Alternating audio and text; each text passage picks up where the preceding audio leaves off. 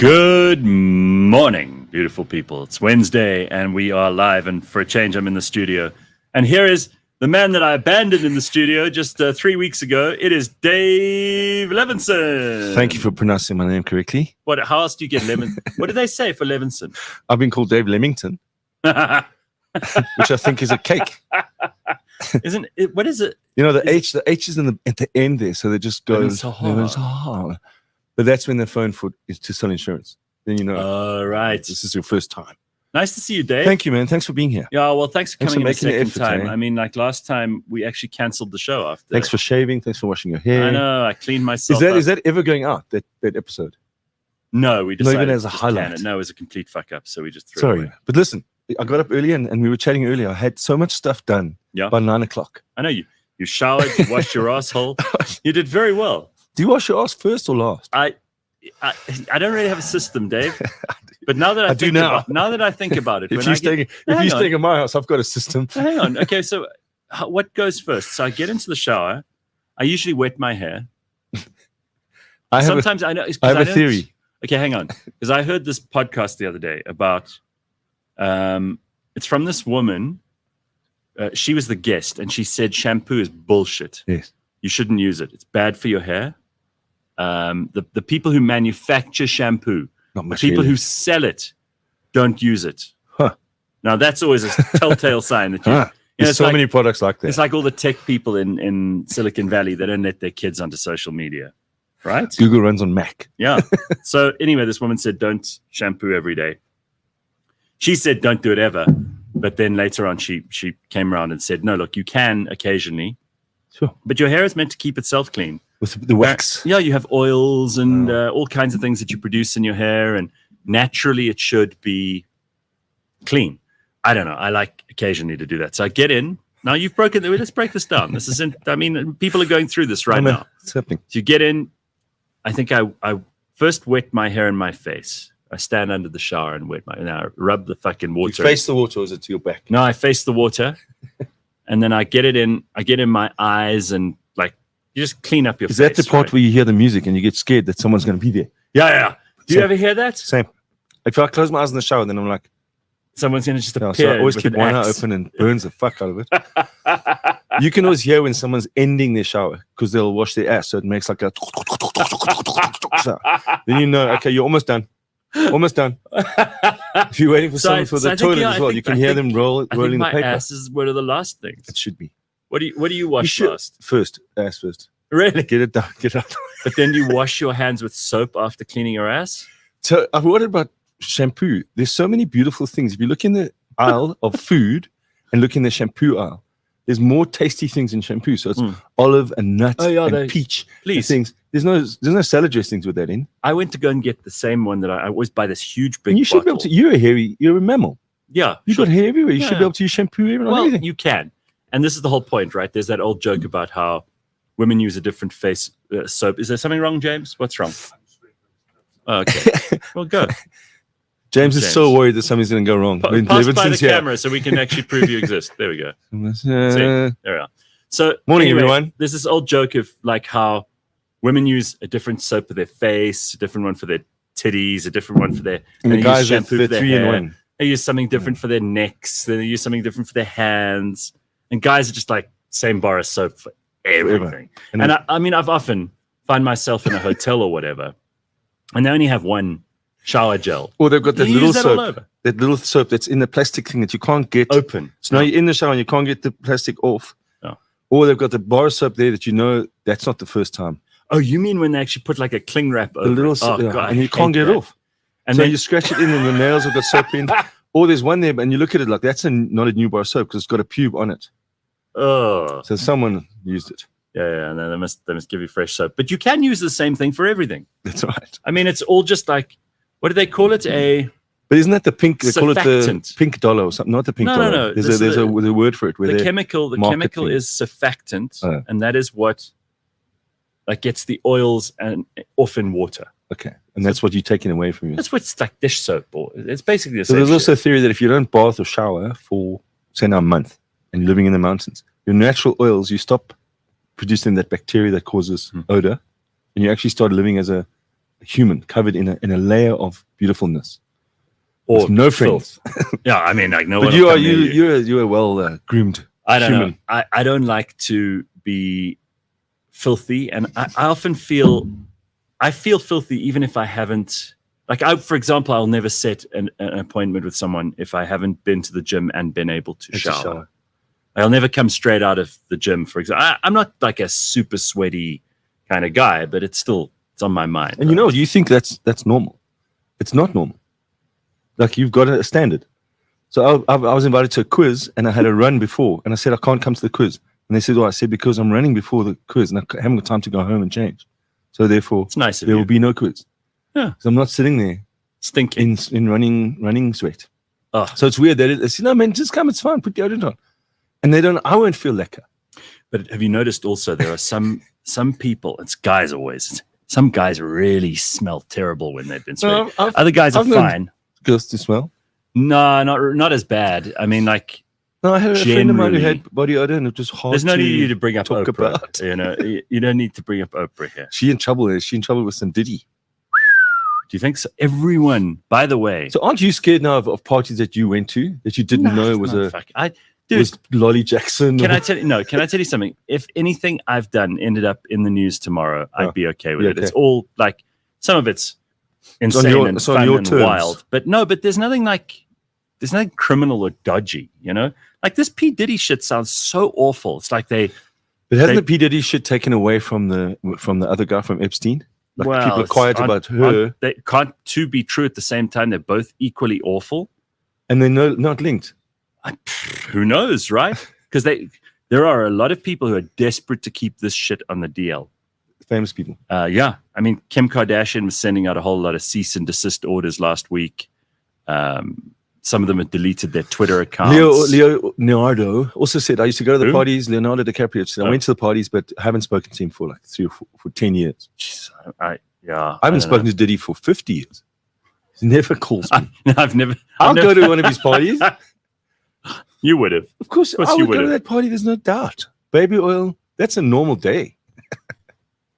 It would be really awkward, though, if you arrived with like baby oil and there was already so much. I didn't need it. Yeah. And then you're like, what do I bring to a Diddy party? Always, that's why always keep the receipts for your baby oil if you're invited to. Yeah, because you're going to return it later. Baby oil is not good lubricant either because it's not water-based. You can actually start a fire if you have rough, vigorous sex with baby oil. Dave, may you have such rough, vigorous sex in your life that you actually set fire to somebody with your baby oil. Listen, I don't know if you heard about this. What is this? Today's a Wednesday. And remember, yesterday was a public holiday, so people are people are a bit doff today. I noticed on the road, like people driving like this and slower than usual. Yeah, Sunday. Yeah. You know what? Those people are coming home from their Heritage Day braai. I didn't have a braai yesterday. I actually used the day productively. I did all the things I needed to do, caught up on admin. No, seriously. I had no electricity, so I went to the local pub and just plugged 3 laptops in, phones, chargers, and just sat there. Yeah, but you pretended to be busy while you drank. Yes. Yeah. I was actually working for a change. Let me tell you something else. This was very funny. Over the weekend, they had that Delicious Festival, which was such a fuck up, apparently. So cold. It was cold. That's not their fault. Yeah. Janet Jackson's brother, Tito, died, so she couldn't come. But let me tell you, like, the only people who care about Tito Jackson are the Jackson family. Like, no one else in the world even knew. Name 2 of his songs. We had to be reminded. No, he didn't have any. We needed to be reminded who Tito was. He's like the least impressive. Jermaine at least had a couple of songs. Michael was obviously hugely famous. Janet and Latoya were the sisters. They were great. She's named 4 more than I could. Rebby was the eldest sister. She even had some. She didn't have a hit, but she was more well known as a public figure because she always spoke at the funerals, and she was kind of the family spokesperson, the most responsible one. She raised like kids who are not complete psychopaths. Then there was Marlon. Marlon was also okay. This is now of the 5. Yeah, like the Jackson 5. So it was Jermaine, Jackie, Michael, Tito, Marlon. You can come to the quiz. There we go. Fuck, how great is that I could just pull the Jackson 5 out of my ass? Oh, by the way. That's what they used to do as well. No, so the reason I wanted to get to this, The Delicious Festival. There they are. Look at them. Look at them. Side-checking. Okay, there. Tito, Jermaine, Michael. I dare you to pick Tito out of that one. Which one's Tito? I'd say on the oldest one. No, that would be Jackie. But Michael's second from the right. No. Yeah, Michael was tall, but he was the youngest. None of them are black anymore. I don't think so. But here's the interesting thing, right? So they couldn't get Janet. And I love Janet Jackson. Don't get me wrong on this front. I'm not going to be one of those people who piles onto Janet because remember when her titty came out during that Super Bowl thing and everybody turned on Janet Jackson? I've always been a fan. Love her music. I think she's great. I would have gone maybe just to see her. Anyway, it was too cold. They canned it. Had to bring in something else. And then Busta Rhymes was in the country, okay? I don't know if he was there for that or he was just here for something else. I assume it was for that. But Busta Rhymes went to live here in Sandton, which is a club. And they stole his phone. Because this is South Africa, right? So here's a video of Busta Rhymes at this nightclub getting on the mic. Because I did this once. I stole my phone in a fucking nightclub. I was like, listen, you better give my phone back. I was DJ. So someone took my phone. Anyway, here's Busta Rhymes. He obviously, like I didn't at the time, he didn't realize you got to watch. Like people in clubs are dodgy as hell. Take a look. They stole Busta Rhymes' iPhone at Leave Stanton. If you took an iPhone 12, you're a pussy. Literally, like we up to the. I'm sorry. And by the way, why is Busta Rhymes got an iPhone 12 and a Union Jack? But why an iPhone 12? Just hasn't bothered to upgrade.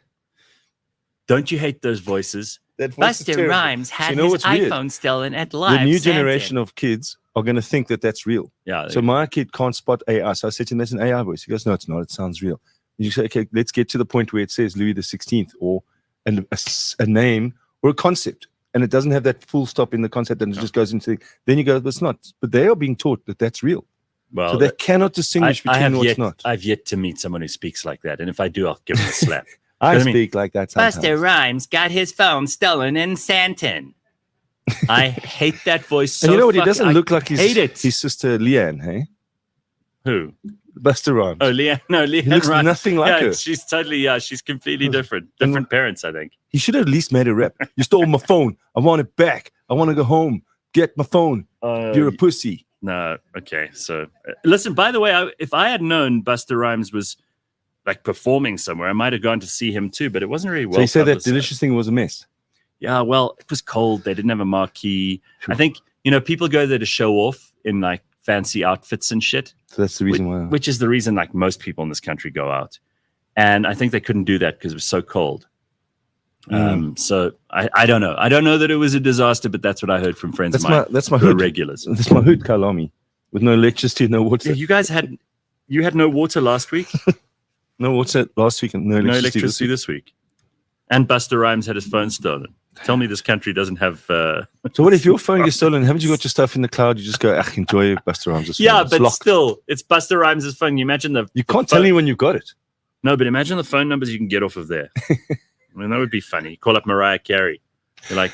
You don't answer hello? it. You don't answer it if it's ringing and it says P. Diddy. You're like, don't answer that. No. He's probably got like a X on it. Don't answer. Listen, that's a bad story. And it's only getting worse, by the way. I saw now Bieber's been pulled into it. You've seen all this? Yeah, I saw. Because the thing is, they've got, if you take mentorship in music, acting, comedy, at some point you've got a young person. Pedophile mentor when you were young. No, who am I mentoring? You asking? I'm like the ABBA guy. I'm not going to ask that for fear of finding out. So if anything to do with acting or something, you meet an actor that you admire, you're like, come to my home. I would like to show you some of my etchings. That kind of okay. That happens. And then because you're Justin Bieber, you're sitting there with it's Puff Daddy. I could get a record. I could get somewhere. Well, so it's both. It can't just be him. Well, you know how I know that's true is I was reading a book the other day about some famous artist in Paris in the like 1930s, and I think he was like in his 60s, and he was inviting like 20-year-old girls who wanted to be artists to come and live with him for realsies, and nobody thought it was weird.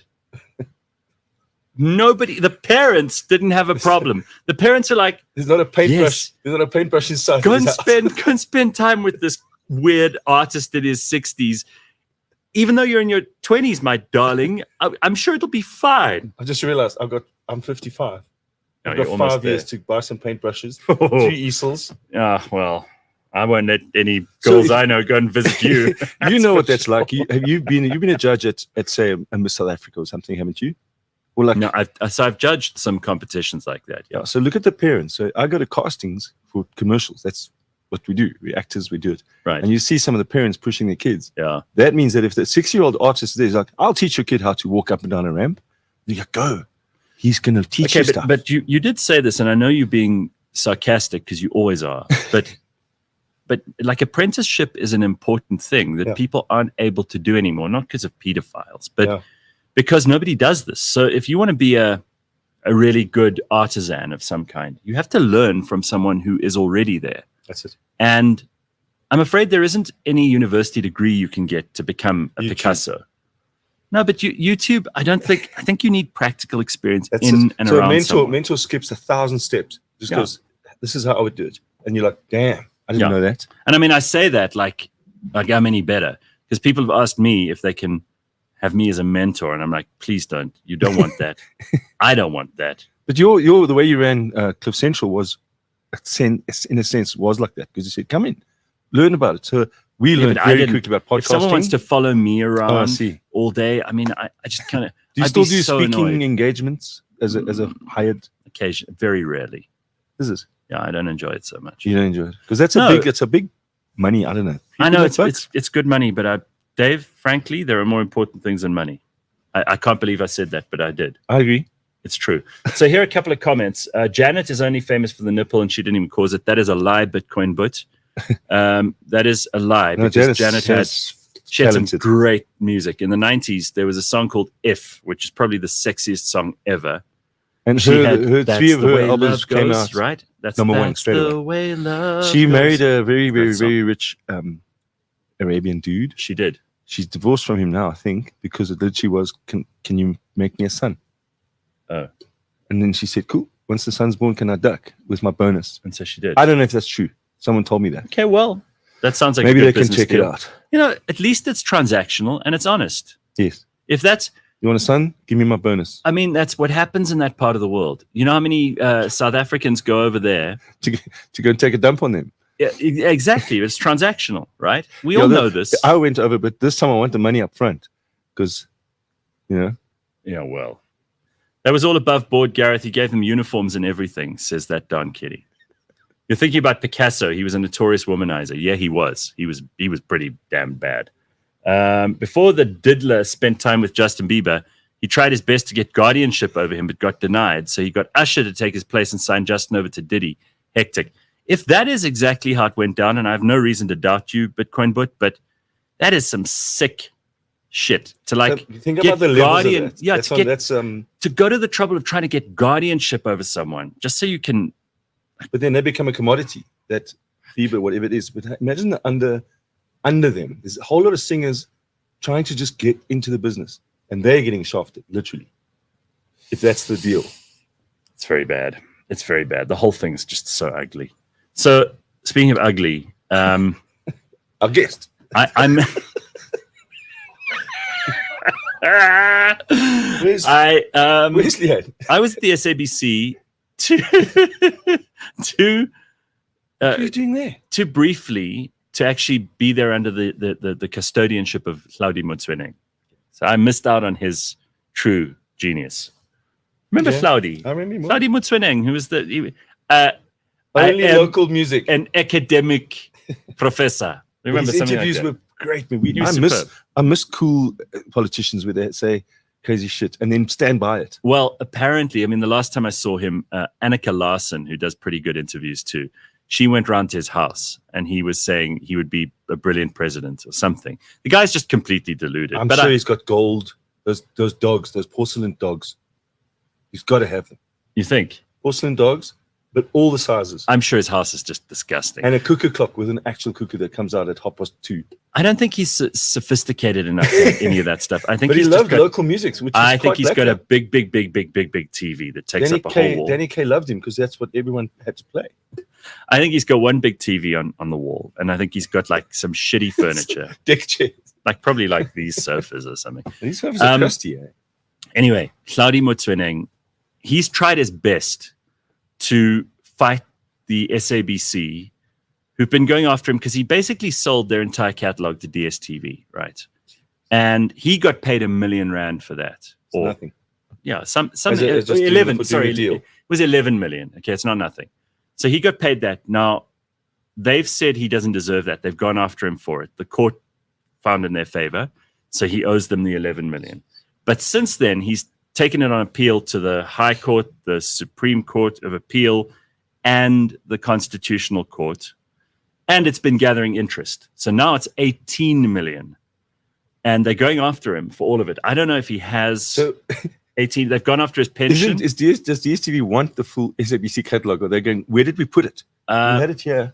Well, behind it's all the couch. digital, you see, but you do want that. Tracy Dark. That's Squad Cars.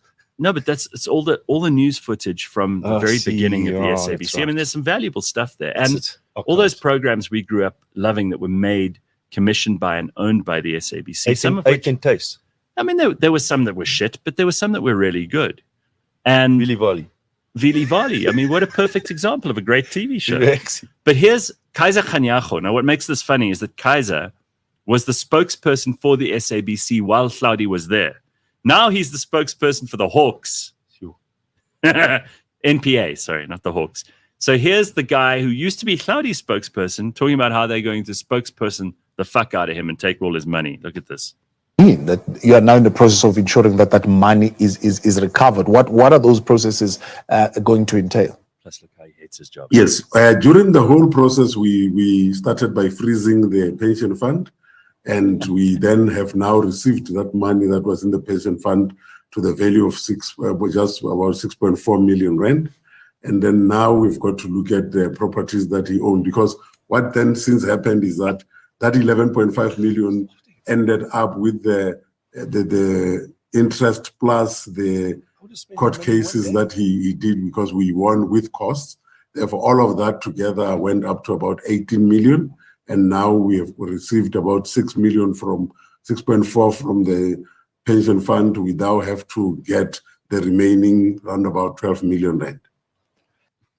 But they're just going to screw this. I mean, I'd say Hlaudi tried his best. They're just going to destroy the man. Yes, well, they have to, because they look bad. He stole that money. But he did a good deal. No. Hang on, Dave. He didn't do a good deal. As an ex-estate agent, he deserves that commission. The court found that he was not. He was in dereliction of duty. The deal was not good. It was a fraudulent operation. Was it fraudulent? And he has to pay back that 11 million. That the court decided. What if he goes and gets the footage and says, "Have it back"? Every court, it's not going to help. Every court along the way that he's appealed to has said the same thing. So he's in big shit. It's going to be destroyed. Anyway, I think it's very, very funny that they're going after his pension. So he's going to be. Did he get a government pension? Was he ever an MP? SABC. So who knows? I found his career here behind the couch. Yeah, no, it's a disaster. And now he has to pay back all of this money. And you can put your feet up if you want. Make yourself comfortable. Make yourself by the house. By the house. Yeah, I heard that in Springs. Someone wanted to say, make yourself at home. And he said, come in, make yourself by the house.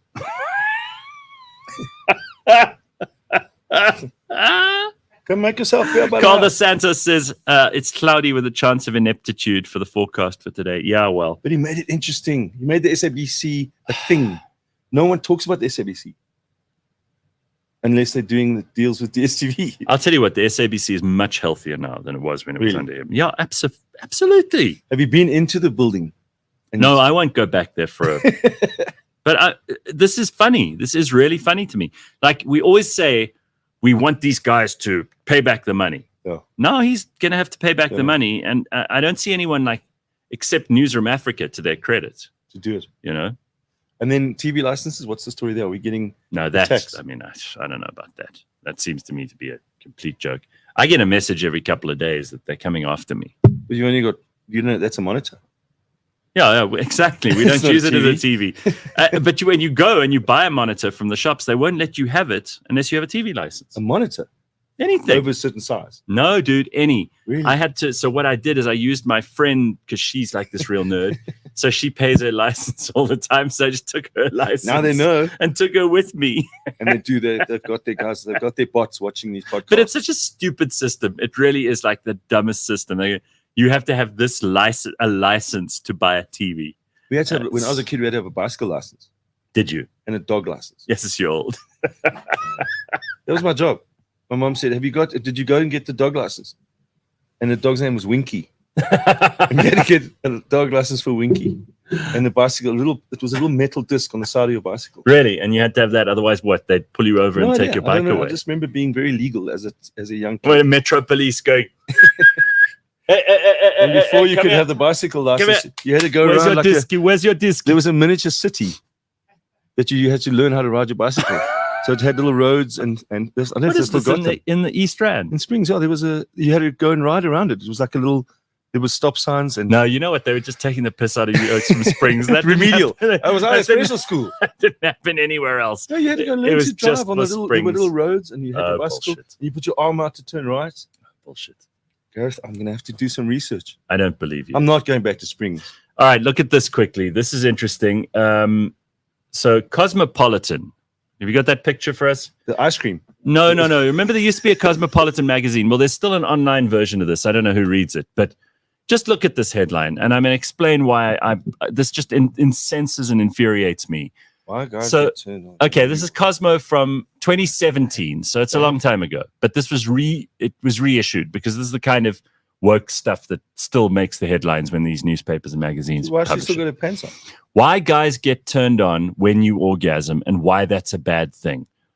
Of course, guys manage to make your orgasm about themselves. This is by the editors. Now, you know what?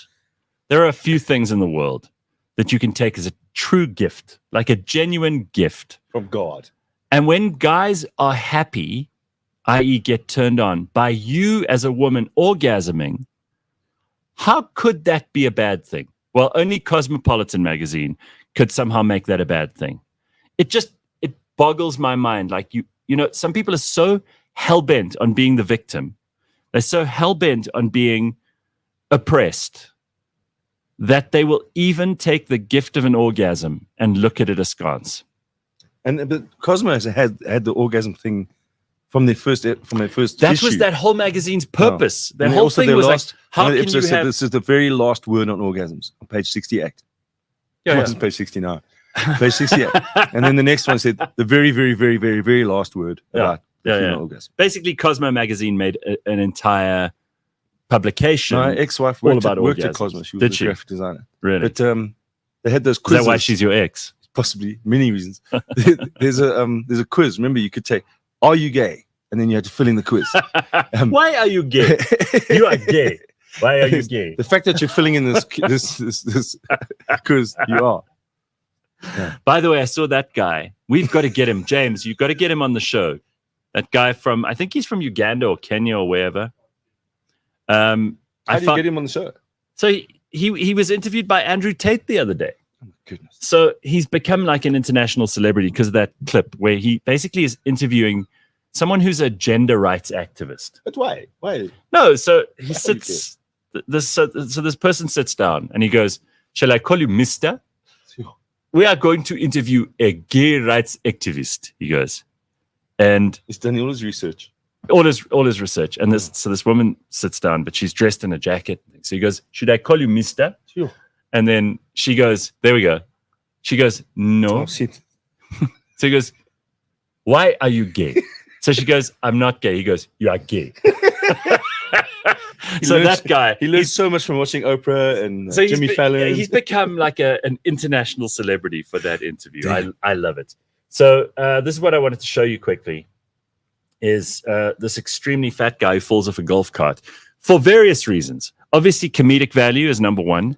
But second of all, it's the fact that this guy, you must hear the sounds he makes. Like, he's the most pathetic person that ever lived. Not because he's fat, but because he let himself get to a point where he can't do anything to improve any part of his life. And falling off a golf cart's basically like the end of his life, because those other oaks, they look at him and they're like, well, we can't do anything. We can't lift you up.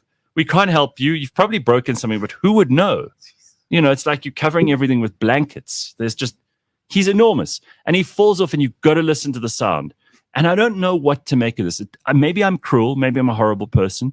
But maybe also there's something about this that is just like we've reached the point where if people can get this enormous in society, we need a war or something. No, but at least he's out playing golf. He's not. They were driving up to a house probably for him to have ice cream. I don't think that he was going to play golf. Watch this. You decide for yourself. You follow.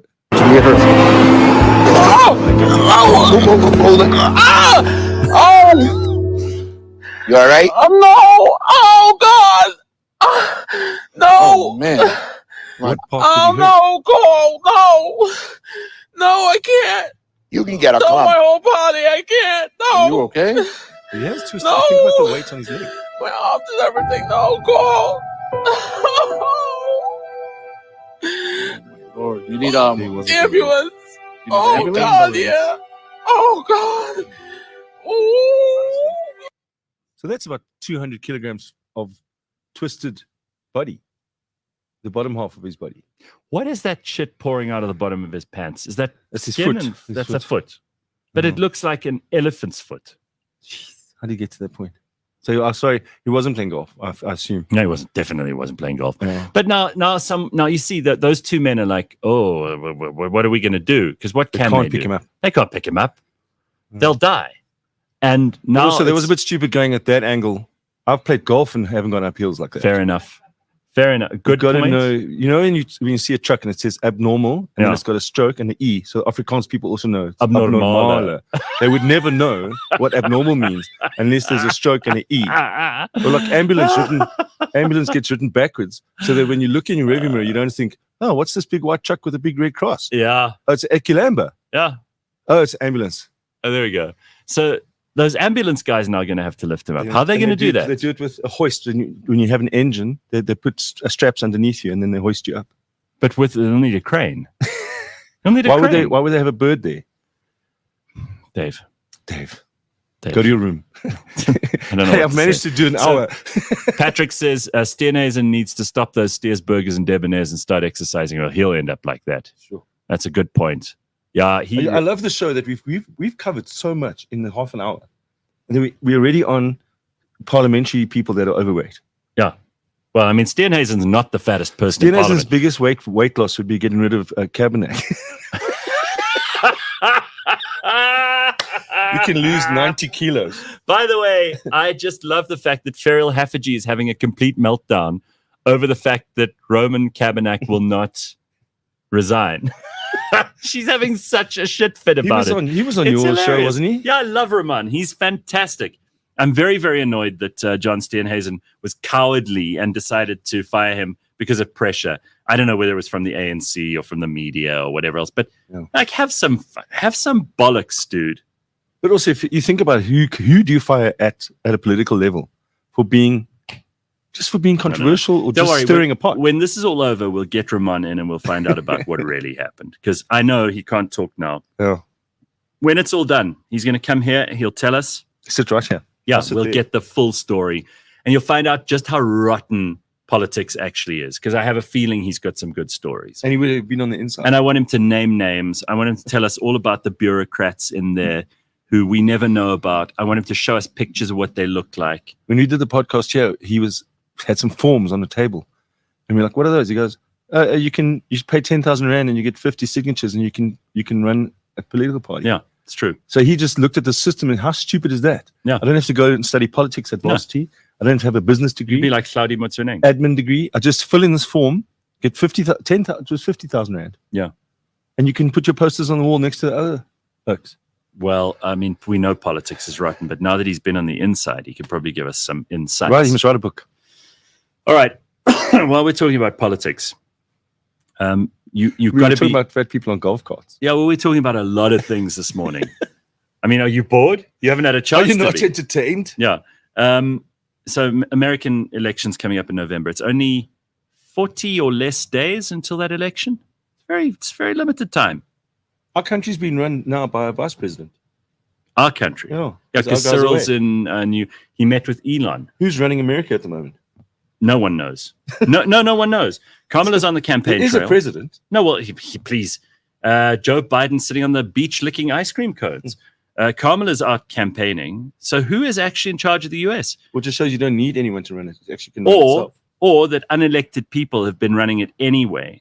So what's the point of the election? That's Ayn Rand kind of vibes. Right.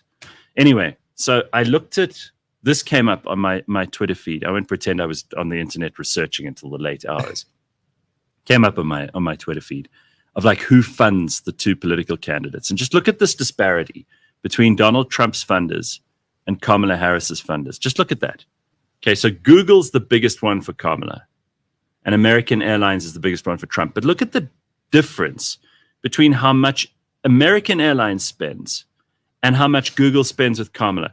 I mean, if Google, they're not even pretending to not be That's who partisan. they want for their business. Precisely, which is why if you look up anything to do with Donald Trump or Kamala Harris on Google, you're going to get complete fake news. Right? I like the fact that Johnson & Johnson are there. That's baby oil. Yeah, so Johnson & Johnson for Kamala, Microsoft for Kamala. I think Donald can get rid of Boeing on the third list there. Is Boeing one of his biggest supporters? Okay.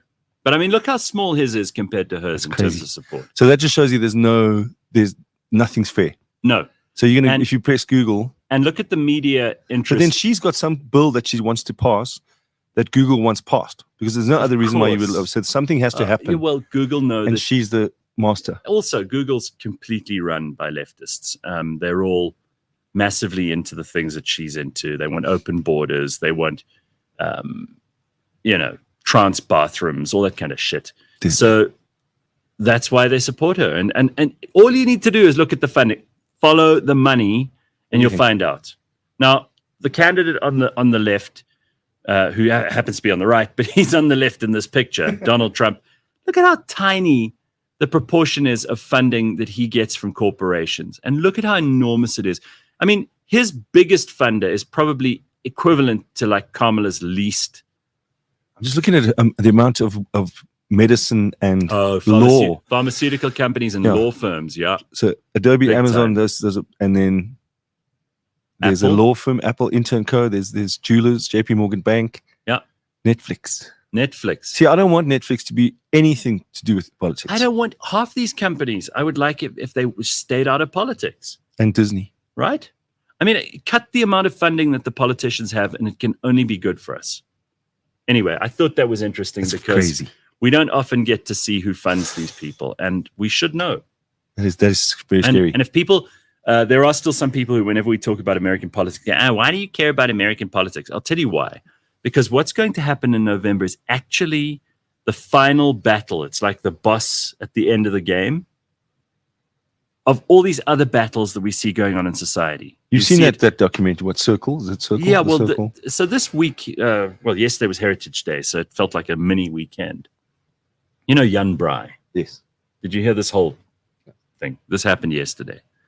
Jan Braai, who does he makes fucking boerewors rolls, okay? And salt. And like products that you could buy at the shop for your braai.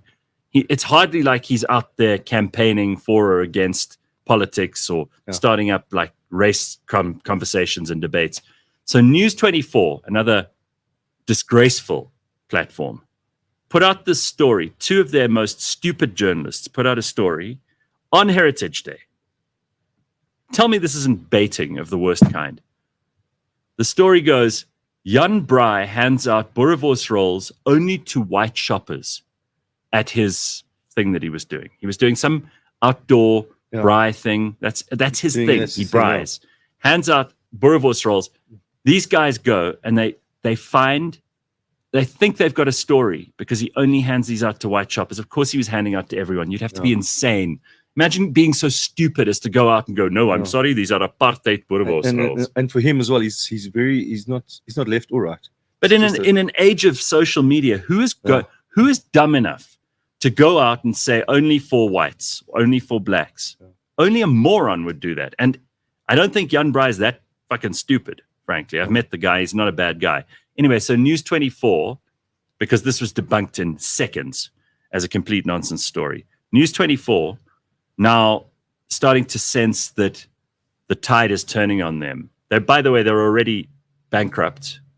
They've run out of money. They're building the Naspers buildings. Well, Naspers is fine because they've got WeChat in China, right? Yeah. And they've sold off DSTV, which is also a fuck up. Now, News 24, complete fuck up. And Adrian Basson and the News 24 team issue this lame apology behind the paywall. I don't know anyone who's got a News 24 subscription, but maybe you do, and they could read the apology for us. I just cannot believe that the media, and particularly News 24, are so desperate for racism that they would cook up a story about an oak handing out Braai boerewors rolls only to white shoppers. To make up like you said, it's baiting of the worst kind. And the journalists were called Marvin Charles and Iavan Pajuus. It sounds like it's made up. I wouldn't give them boerewors rolls. But this is News 24. Look at that story. Master Braai, Jan Braai, real name Jan Scannell, was filmed allegedly giving free currywurst rolls to white shoppers while seemingly ignoring shoppers of Kana. And then literally, he's standing there with a tray. Anyone could have come past him. And he didn't hand them out to just whites. This is a stupid story. It was a non-story. There's so little racism in South Africa at the moment. You've got to generate that you've got to make it up. Yeah. And News 24 realized the only way for them to actually get subscribers is to generate race hatred. It's insane. I forgot about News 24. I know. I belong to a subscription website that puts up 3 stories, one left, one center, and one right, just so you can decide. It's actually amazing to see, like you see Fox, obviously, in CNN, and then the other news, Wall Street Journal doesn't do, you don't know if they're left or right. So they just put up the 3 stories and then you can decide. I can't remember what the website's called. I think it's unbelievable. I'm just horrified that. But I don't like the fact that they put the apology on, but they've actually fucked up Jan Braai's vibe. Well, I don't think so. Because now he's not going to go to another shopping center. I suppose he will. He's now got a little bit of... He's got something to prove. Yeah. And I reckon he'll probably only go to like black and colored shopping centers now, if there are such things. What do you celebrate on Heritage Just to Day? prove to News 24. Suck on that. Are you Scandinavian or what's your heritage? No, man, I'm South African. South African. So did you dress up in your traditional... No, I don't dress up on Heritage. I was at home. I didn't go. I went to gym yesterday and I didn't even go to the shops. I did nothing except at home. I did admin. I was so boring. I used the day productively, which is awesome. Not for everybody, but for me, it was great. I didn't braai. I didn't get dressed up. I didn't think about Heritage Day at all. What did you do? I plugged all my devices in at the pub. So I got the electricity on my Heritage Day. That's very South And I African. drank local beer from SAB. And then I went home. News 24 apparently got a community note on X, according to Bitcoin Bot. And all the money generated from those clicks should go to Hunger SA, says Tracy. I agree. News 24 was the first to get a community note for South Africa on that story, says JP. It's just unreal. Like to generate these guys are such, and they are, I used to invite Adrian Basson onto my show, The Burning Platform, to talk politics. And then I heard one of the producers tried to book him for something. And he was like, I'll never go on Gareth Cliff's show. He's this and he's that. But he used to be on the show. You were on the show when you were a nobody. And now that you're the editor of News 24, which about 10 people in the country read, and you don't have any money and your sponsors are dropping like flies, now suddenly you're too important to... Like, I could care less whether I had him or not. Frankly, I was throwing the guy a bone. But, okay. Now we see who's like, this is what the level you're prepared to drop to. Journalism, huh? To generate hatred. Journalism. These are the guys who told us during COVID what to do. Remember them? The Who. Yeah, the Who. Oh, I found the funniest thing yesterday on this. James, see if you can find that video of that nerd, that total loser in New York singing that Fauci song. This is the most cringe thing that was ever put on the internet, ever. So I want you to have a minute to turn whatever it is that you're listening to us on down, your phone or whatever, so that you don't have to be embarrassed by other people hearing this, but you've got to hear it yourself. This is the most embarrassing thing humanity has done in the last 10 years. Easily. One video. This one video, I reckon this is the most embarrassing thing ever. I shared it on my Instagram and X yesterday, and it even made me cringe. I was like, ooh. I don't want the guys falling off golf carts.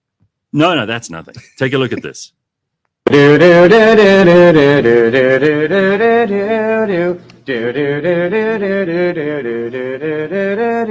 Dr. Fauci, give us vaccines.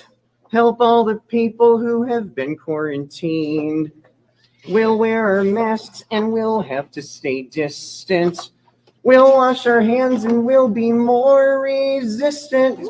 Fauci, yes? Promise us, please. We'll have a cure that can fight off this disease. Restrictions will lift with some ease. Dr. Fauci, don't forget me. That guy's through to the next round. Golden buzzer. Oh, get him through. My God, I actually, because when I posted it, I didn't watch the whole thing again. So, it's bad, right? No, I think it's brilliant. You love it. You know the stuff that we do as comedians. We have an open mic. At every night that I do a comedy night, we'll do open mic.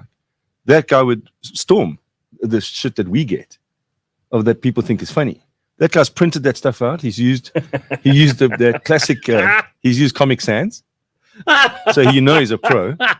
And he's done, and he still had to flip the one around because he only printed 10. That's the worst. Put a lot of work into it. Dave, it's the worst thing. My kid gets projects now because my kid lives with me now. So whenever we do the projects, I help him with the project. And that, like on the Wednesday we hand it in, then on the Monday they get the marks. So I'm like, what did I get? What did we get? What did you get for the project? And good marks. I'm hitting standard 7, grade 9. I'm killing it. You're getting A's. 80%. Oh, beautiful. He has no idea what those pyramids are or anything. And your kid's still going to come out of school with Google Slides. It's a dream. Oh, yeah? I never knew it existed. I was working on PowerPoint. Yeah.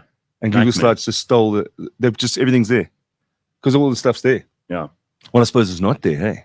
So it says the Egyptians aren't aliens. Is that the kind of project you're doing with your kids? Kid is learning like projects. that the Egyptians didn't build the pyramids, aliens built them. No, you can go and research that yourself as an option. No, he did the technical stuff, like in terms of the spaces between each block is like tiny. I think you've breezed past this video too quickly. Grant, are you going to watch it again? No, Grant D'Souza says, I know, Grant. What are the odds that guy is a virgin? And he's still wearing, that's from the Times. That's from 2020. No, he made that in 2020. So he's older now. He's getting better. I wonder if... Because you got to hit that note. And I'm sure he's much better. I've seen people on SABC, your friends, that don't have that much prep for their thing. That's true. No, that's true. And he had to flip that one card over because he had only printed the one side. You're very impressed by very simple, basic things. Yeah. Huh? Get the basics Google right. Slides. All that guy needs, look there, and he guy. flips the other one around. Yeah, he needs a mentor because he's only 11 there. So obviously he is a virgin, Grant. It's so bad. I don't know about you, Grant, when you got laid when you were 11, but that guy looks maybe 14, 15. And he just wants to be alive by the end of this scary, scary, scary disease that everyone's got. And he made a song. Lol says that Don Kitty, your kid goes to school and professes that the pyramids are alien work. Nah, my kid's working hard. Doesn't profess. Imagine having Dave Levinsohn as a dad. He backed it up. Imagine having you as a dad. I'm just trying to think about like where. Oh my God. So he's in what grade? Grade 9. Grade 9. And he's doing well. Oh, and he's homeschooled. I forgot to tell you. I'm the teacher. How the hell does that work? The aliens. So when you send the project, if you don't know how something works, the best thing you can do. How does this work? Aliens. You've seen it on TV. No, is your kid really homeschooled? No, he's homeschooled. He goes to actual homeschool. I'm not. But how does that work? They've got a syllabus and they teach him. And it's like someone's house? Someone's garage, yeah. And they also, how many kids? Sit on crates.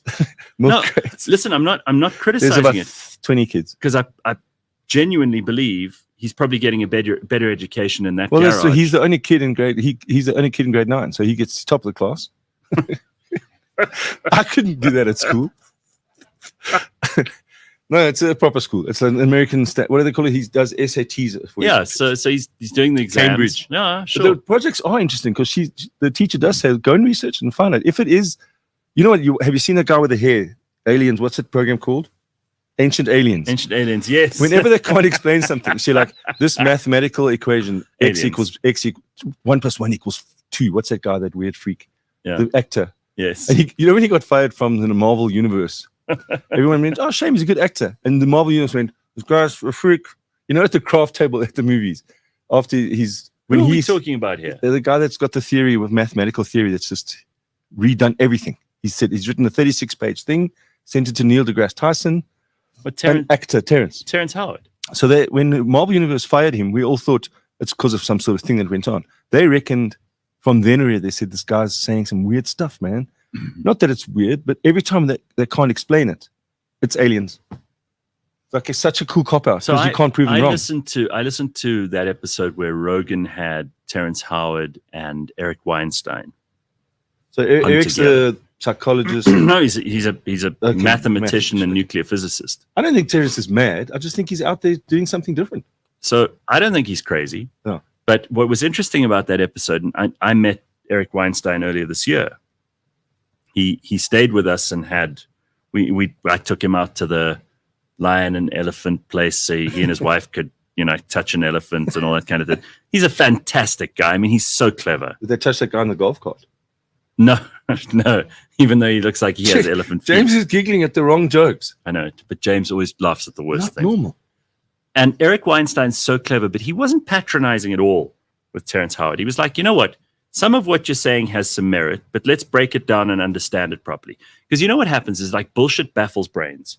So if you latch onto something that you think is quite clever in one column, sure, and you explain that to yourself over and over again, and you kind of get to grips with it, but then you start making irrational jumps to other things that it's not related to, that are not in that column. Yeah, and you start creating a grand theory of everything, which doesn't actually make sense if you break it down at a granular level and take a look at where or where they aren't, where or where not they're connected. So that interview, Eric kept asking him, is that what you feel? Is that what you think? Tell me more. Exactly. Tell me So more. when someone tells me something that, I don't do politics in my comedy, but they'll come to me and say, did you see what happened in Palestine? So I said, tell me what happened. Yeah. But tell me what happened without choosing sides. Right. Tell me exactly and what can happened. They do that? They can't. No. And these damn people came in there and they shot everybody. What damn people? These damn people. So tell me exactly what happened. And my kid also went through some trauma. They had a hijacking. And I said to him, just tell me what happened without saying anything about the thing. Just tell me exactly what happened. So the story in your head is exactly what happened and not a made-up story that you're going to have for the rest of your life. And it was amazing to see him because, okay, you're right. Let me just go through what happened. Yeah, and he wasn't. It is traumatic. Yeah, but also, the point is that you don't need to tear people apart when they say something that you can see it's not going to make sense. But you, instead of saying, "Oh, that you're what an idiot really, you are," do you think so? Tell me more. Yeah, find out. And I struggle with that sometimes because you have freaks in this chair. I'd say freaks. What do you mean? We have people in here who are interesting. They have a different point of view. You've become way more patient than you were. I'm better. I wouldn't say I'm better, which is the opposite of what happens to most people. Most people, as they get older, they get more grumpy. Codgery. Yeah, and they get more mean. I don't know if I've become more mean. I think I've actually become a bit nicer. I think you're not. Your opinions aren't a little bit. They aren't scathing anymore. Like, you'll just have a laugh about it. Well, it's also, so you said stuff about PE, and then the whole PE shut down. Or East London. What, long ago? Long ago. Yeah, now you just say it, and people go, oh, geez, he's so harmless. Gareth Cliff just. So maybe I've just become harmless. They don't care about. They don't care what I think anymore. Maybe we're not relevant anymore. Maybe, and I could care less. When people say on the internet, isn't it hilarious when people say to you on the internet, that guy's not relevant anymore? I'm like, you were never. No one knows who you are. Jesus had to go away for 30 years to become relevant again. But exactly. And I don't think that that's a valuable criticism of anything. You're not relevant. No, I think it's the ultimate insult. You think so? It is what it is. It's terrible when someone says that. Because it just means you've given up. It doesn't mean anything. It doesn't mean anything. No. So I don't have electricity at home. And then someone says, well, it is what it is in South Africa. I'm like, no, I'm making a plan now. But you think that the ultimate insult is you're irrelevant. Irrelevant, it's clever because after that, you're going to sit there going, either you choose, I must become relevant. Like, you must be like Madonna. You must change with each generation. Right. Madonna changed her clothes. So when someone says you're not relevant, and especially with comedy, so there's a whole bunch of young comics coming up, and they're using words, they use the lit words and riz and resonance, and then they go, hey, you're older, you're 55, you're not relevant anymore. And you're like, okay. So everything I've learned, So you think it's an insult? It's a clever insult because it just takes all the wind out of your sails. Not me. You got to choose now. Maybe How I'm do I become maybe relevant? I'm stupid. No, but I don't. But you're on the cutting edge of But this. no, dude, I don't care about being relevant. If the people who think you're irrelevant are themselves irrelevant. Because they're not seeing any. No, I'm not. facets. I don't have to prove anything to anyone. I don't care anymore. Like if it's a popularity thing, I'm bored of that. I had that when it actually counted. So comment section. Yeah, when we were kids. No, I love the comment section. was They're no smart comment as hell. section. Our comment section. Have you seen how vicious these people are? If My I kid was was irrelevant, watching this, they'd be the first to tell And me. he said the comment section. In fact, they'd stop listening and They have no just never hear filter. from them again. Your comments, guys. No, which is they're fantastic. rough as hell. But they're not anonymous. Their name is Grant D'Souza. I can go to his house. You probably can. Yeah. So a person to write a comment, I'll often say to them, write the comment and then walk away for 5 minutes, come back and read it, and then send it if it still sounds okay. Well, Grant says, fuck being relevant. You have to chop your cock off to do that. I tried that. I'm Jewish. They chopped off a little bit when I was born. I don't know if... James laughing again. No, James. Don't worry about James. Don't worry about when James is irrelevant. You see, you're going to start using it now. I don't think it's a clever insult, though. It's not clever. It's such a cop-out. Because Yeah. you must be more specific. Because if I know about mathematics and I just know everything, of course I'm going to be irrelevant when it comes to choosing shoes. Because I'm just choosing comfortable shoes. Well, you can't I be... bought my son some Crocs. Oh, you're a bad father. Gareth, he wore them. I think you and he just said, lost... But we did it as a joke. To Okay. piss his mom off. Because she's gone to Portugal to visit her. Okay. He said the ultimate cool ex-dad is to buy some Crocs. Mm-hmm. The guy put them on and he was laughing. He says, oh, these things are so stupid. He put them on. He went to bed with them on. He woke up with them on. He said, Dad, I don't know how this works. I can't not wear these. He's Have you got No, some? I haven't got any. No, I haven't either. I refuse. I'm very proud of 3 things. I've never watched Game of Thrones. I've never played padel. And I've never worn or bought Crocs. And I want to die I got with 2 that out on my... of 3. Have you watched Game of Thrones? Yeah. Well done. 2 out of 3 is not bad. So I read a Cosmo survey recently. If you say padel, yeah, padel. you are gay. Why are you gay? So, So I want to do that. I want to have a marathon session. I want to go play padel just to go on the Crocs in thing. my Crocs. So my nephews have Crocs. They're like They're irrelevant. 10 and 8. No, they're completely irrelevant. But they have those little things that you put in the holes in the Crocs. That's what he bought They as well. love those things. That's how they get They you. love them. That's how they get you. But I said buy camouflage Crocs so no one sees you wearing them.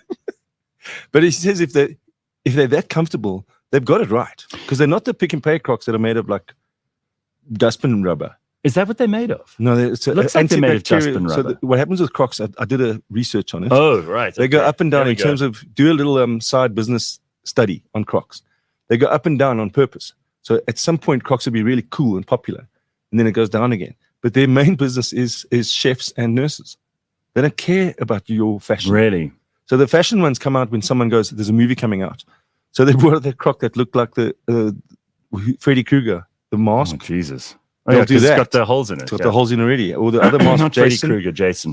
So they'll bring that Halloween. out. So Crocs don't care about what you like or not. That's interesting. You see, I think that the best products come about when people aren't desperate to sell them.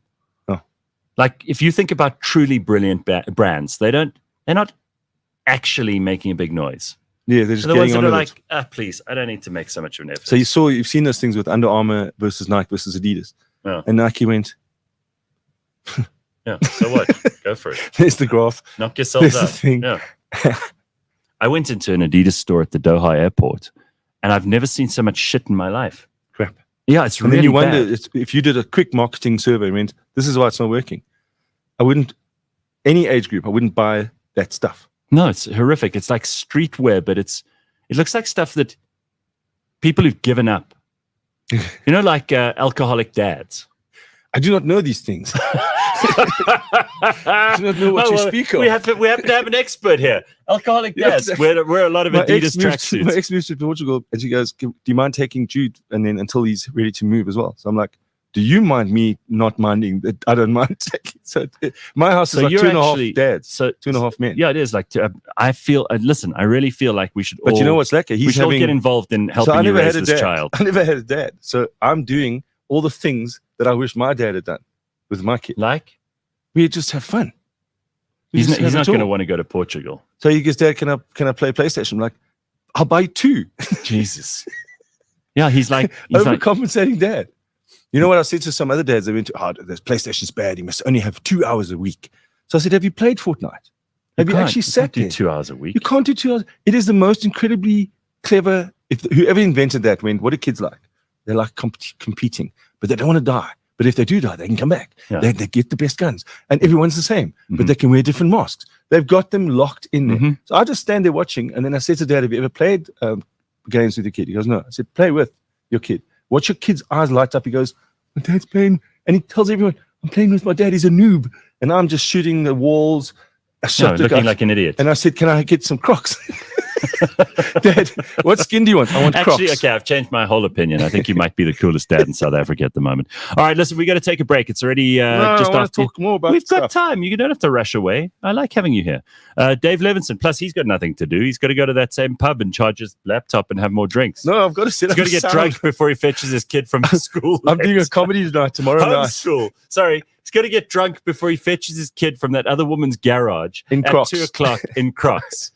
This is great parenting. I've got a comedy show tomorrow night, and I've double booked myself. So they think I'm doing a comedy show tomorrow night at the Baron, but I'm in Nelspruit at a golf day. So what are you going to do? We don't know, Gareth. This is very exciting. So if you were going to go and see Dave tomorrow night at the Baron in Sandton, it's not going to happen. All right. Hannes Bremer will be there. You heard it here first. Sorry. All right. We'll be back in a moment. Don't go anywhere. And I mean, look at the brand's portfolio.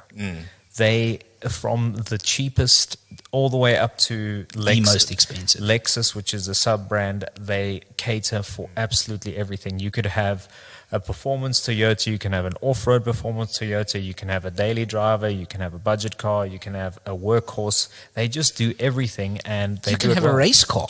Catch us every Monday at 9 a.m. on YouTube and on autotrader.co.za.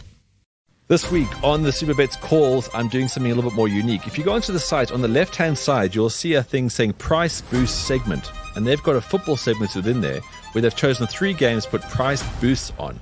So, as you know, I'm backing Arsenal to beat Spurs this week. And there are a whole bunch of really, really cool markets to go for.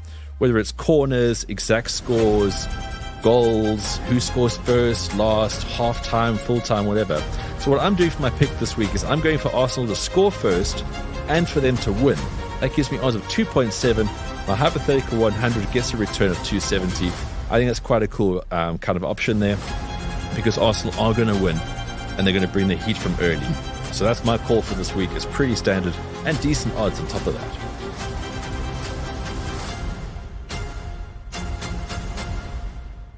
Let me land. I'm out to like, yo, man, this song has been doing the things on the socials. People are crying about it. It's being played in the clubs. We need to release it. Homie is known for being difficult when it comes to the admin of stuff or the release of songs. Is it really fair? Because sometimes I think what people do in their minds, they think because something is mine, my vocals are on it, my this, my that, you forget about the infrastructure that's into your thing going that far. Sure. And would you rather have 100% of nothing or 10% of a fortune?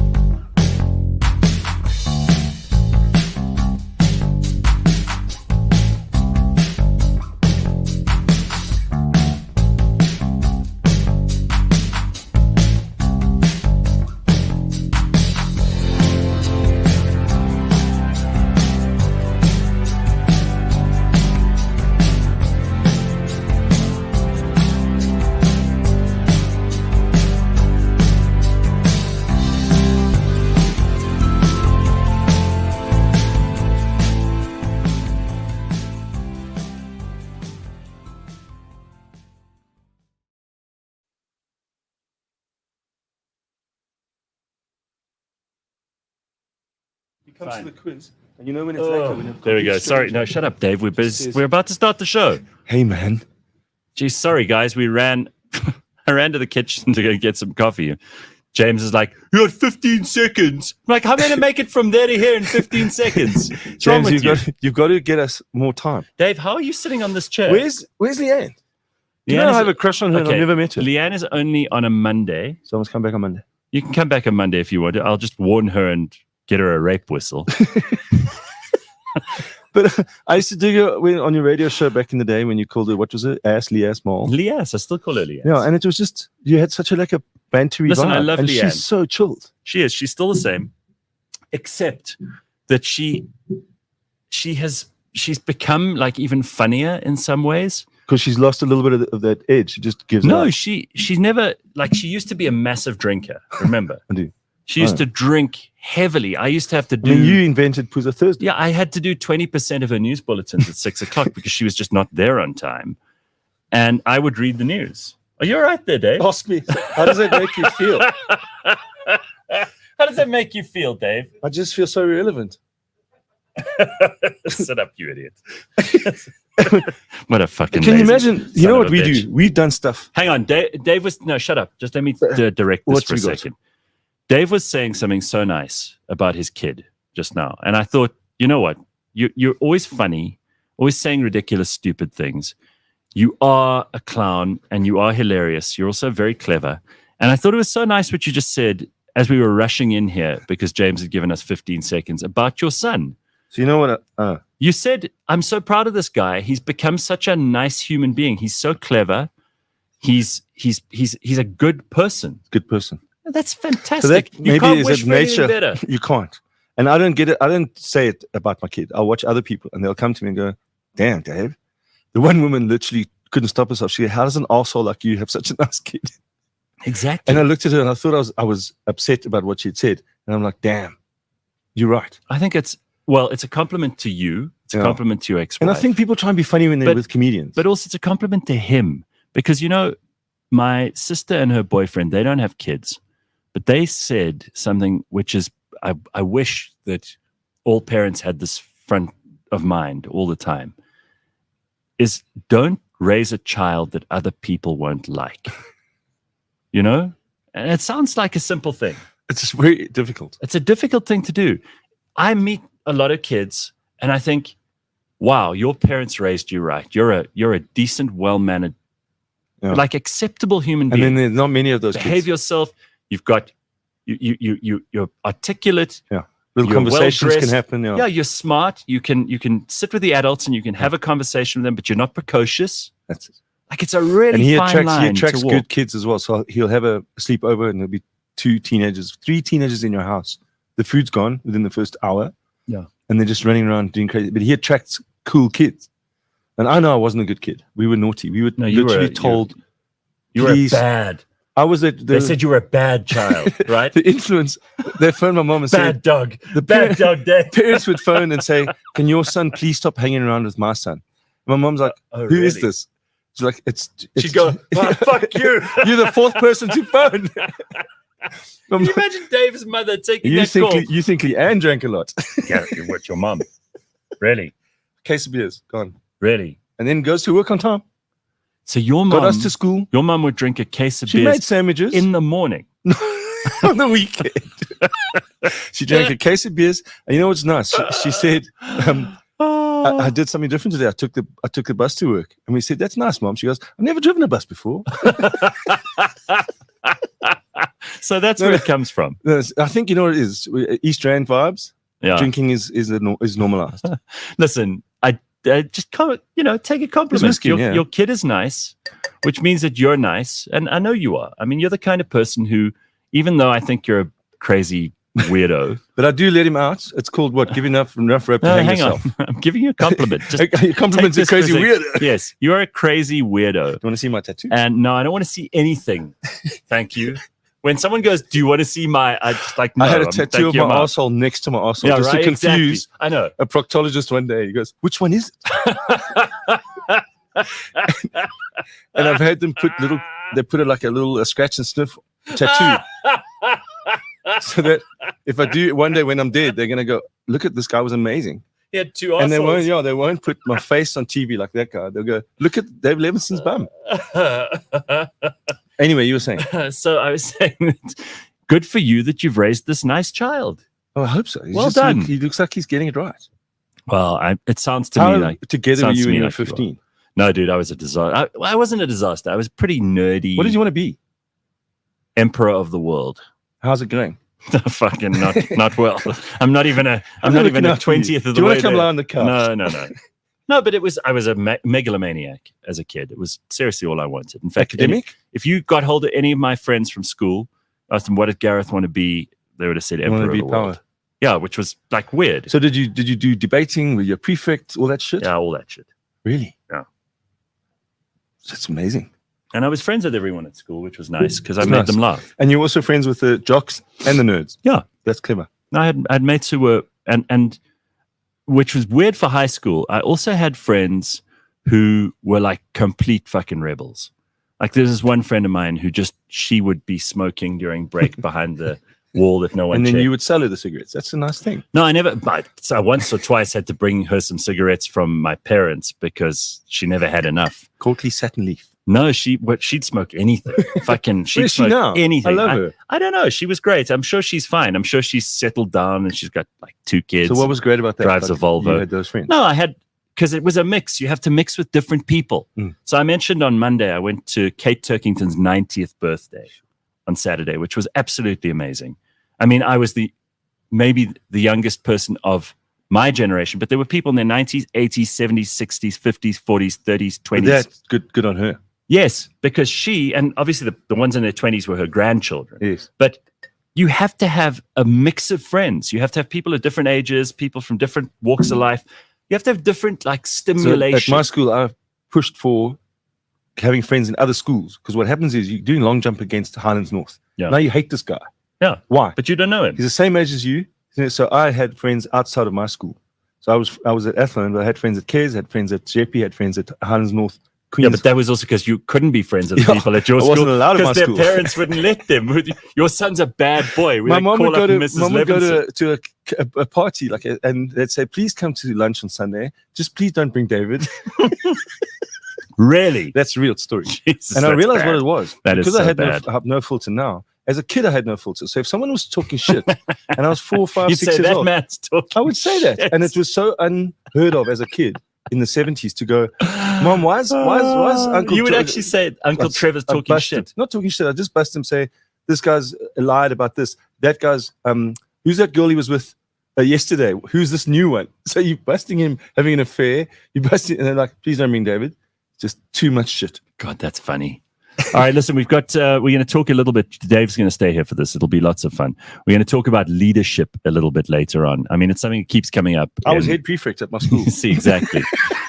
We're going to talk about how to create effective industry leaders across the board in South Africa. So we've got someone called Tumi Rabanye coming in, and she'll be joining us in a little while. Is it a guy Tumi or a girl Tumi, James? Girl Tumi, yeah.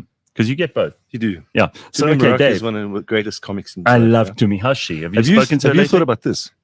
Comedy in South Africa. Have you spoken to Tumi Morake lately? I had her as one of my gigs, and she obviously had a corporate gig, so she didn't come. But I have spoken to her recently. Okay. She's looking good. She's smart. She's getting things fantastic. done. Have you noticed how diverse comedy is? Yeah. And from the day one, if you take nobody had to put quotas in. Yeah. Because what's your merit? Are you funny? Are you funny? So when someone says to me, "Oh, this BEE, I have to fill in a form," I'm like, well, with comedy, I go, chick comedian, guy comedian, a guy in a wheelchair, do the thing. If you had to write down our BEE score, you guys kicking ass. Yeah. Comedians, but it wasn't always like that. Remember Biltong and Podcast? How many black comics were on that? Yeah, but how many whites were at blacks only? Oh yeah. No, I speak to David Carr all the time, and I rip him off about it. I love David. How's he doing? We both, all the comedians went through stuff. But I suppose at the higher level you were, the more you dropped. And he really had a hard time because remember, he was doing well. He's got kids at private school. He's driving cars, doing blacks only, doing things, doing corporate events for government level. You think he hit Hits the it skids hard, quite hard in COVID? Hard. Like, I lost a house and a car and TVs and stuff. But he lost 2. I don't know. He lost 5 houses. But it's he's we started comedy the same hour in 1999 at the same place. Really? There was David Carr, myself, Riyad Musa, Mark It wasn't very Lottering. diverse in terms of the number of Davids. A lot of Davids. David Lottering, David Musa, Koki David, Another David. See? At the coffee lounge. Listen, no. I hate to change the subject because this always happens when we talk to comedians. I always ask about the other comics and like, how's it going? No, fuck them all, man. Yeah, but I don't want to talk about comics. Ask me about a comic. No, because there's so Carr. much other stuff to talk. There's so much other stuff to talk to you about. Someone sent me this morning. This might get me into Formula One. You know, anyone who listens to the show, watched the show over anywhere in the last 25 years, you'll know I don't give a damn about Formula One. Or sport. Never watch. Or sport in general, yeah. But Formula One in particular. I may just become a Formula One viewer. Watch this. Can I do that video? AI voice? Can I do AI voice for this? Tell by the way I use my walk, I'm a woman's man. No time to talk.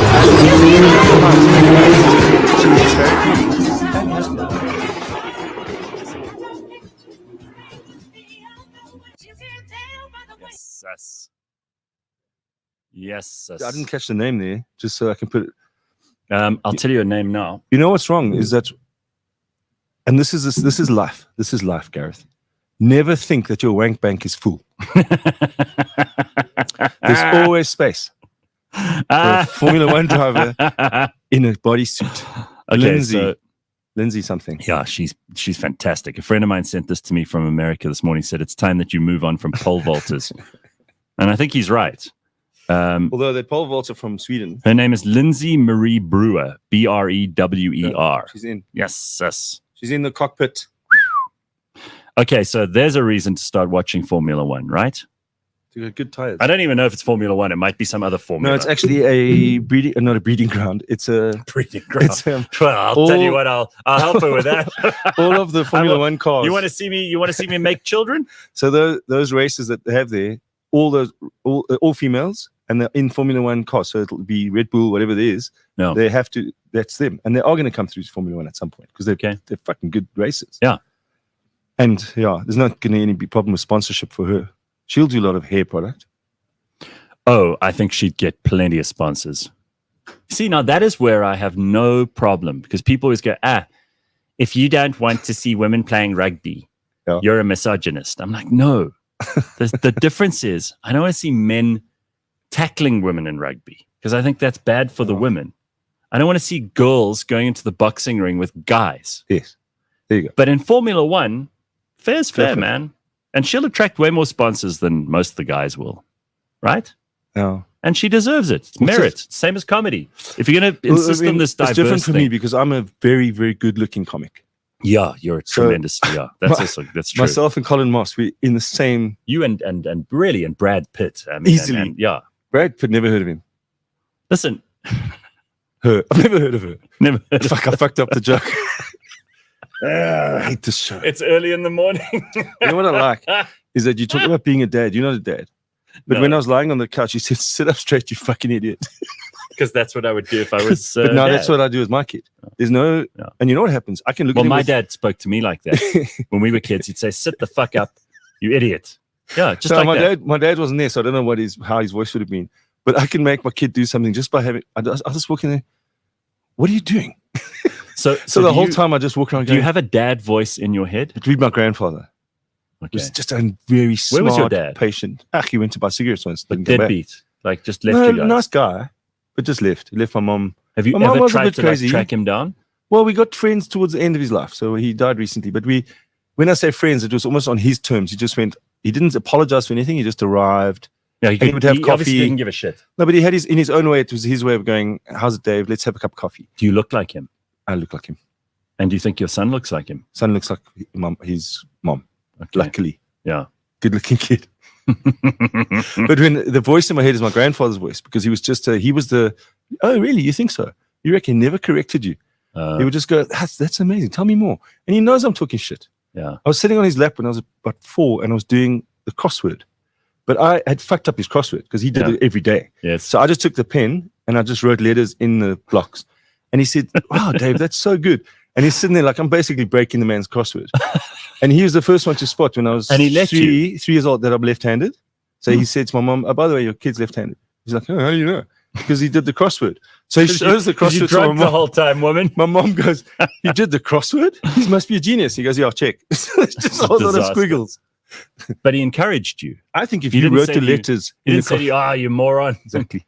You ruined my crossword. And he would often say it like, so let's do it again tomorrow. So it became a thing. So he knows we bonded on that. And he was a sports fanatic, but a sports administrator. Okay. He did South African swimming. All right. So he took a whole lot of swimmers overseas during apartheid, took them to Uruguay, Paraguay, and the US. Wow. And also trained swimmers, try to get black swimmers to the Olympics. Wow. That's in the 1970s. Yeah, I mean that's a kind of that's a real so that's story. A good role model. So the voice in my head is his. Okay. I'm just curious because we all have a voice in our head, right? You have your mom voice, you have your dad voice.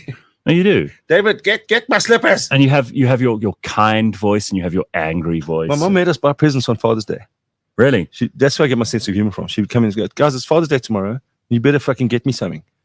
So we had to get her slippers and make her breakfast in bed on Father's Day.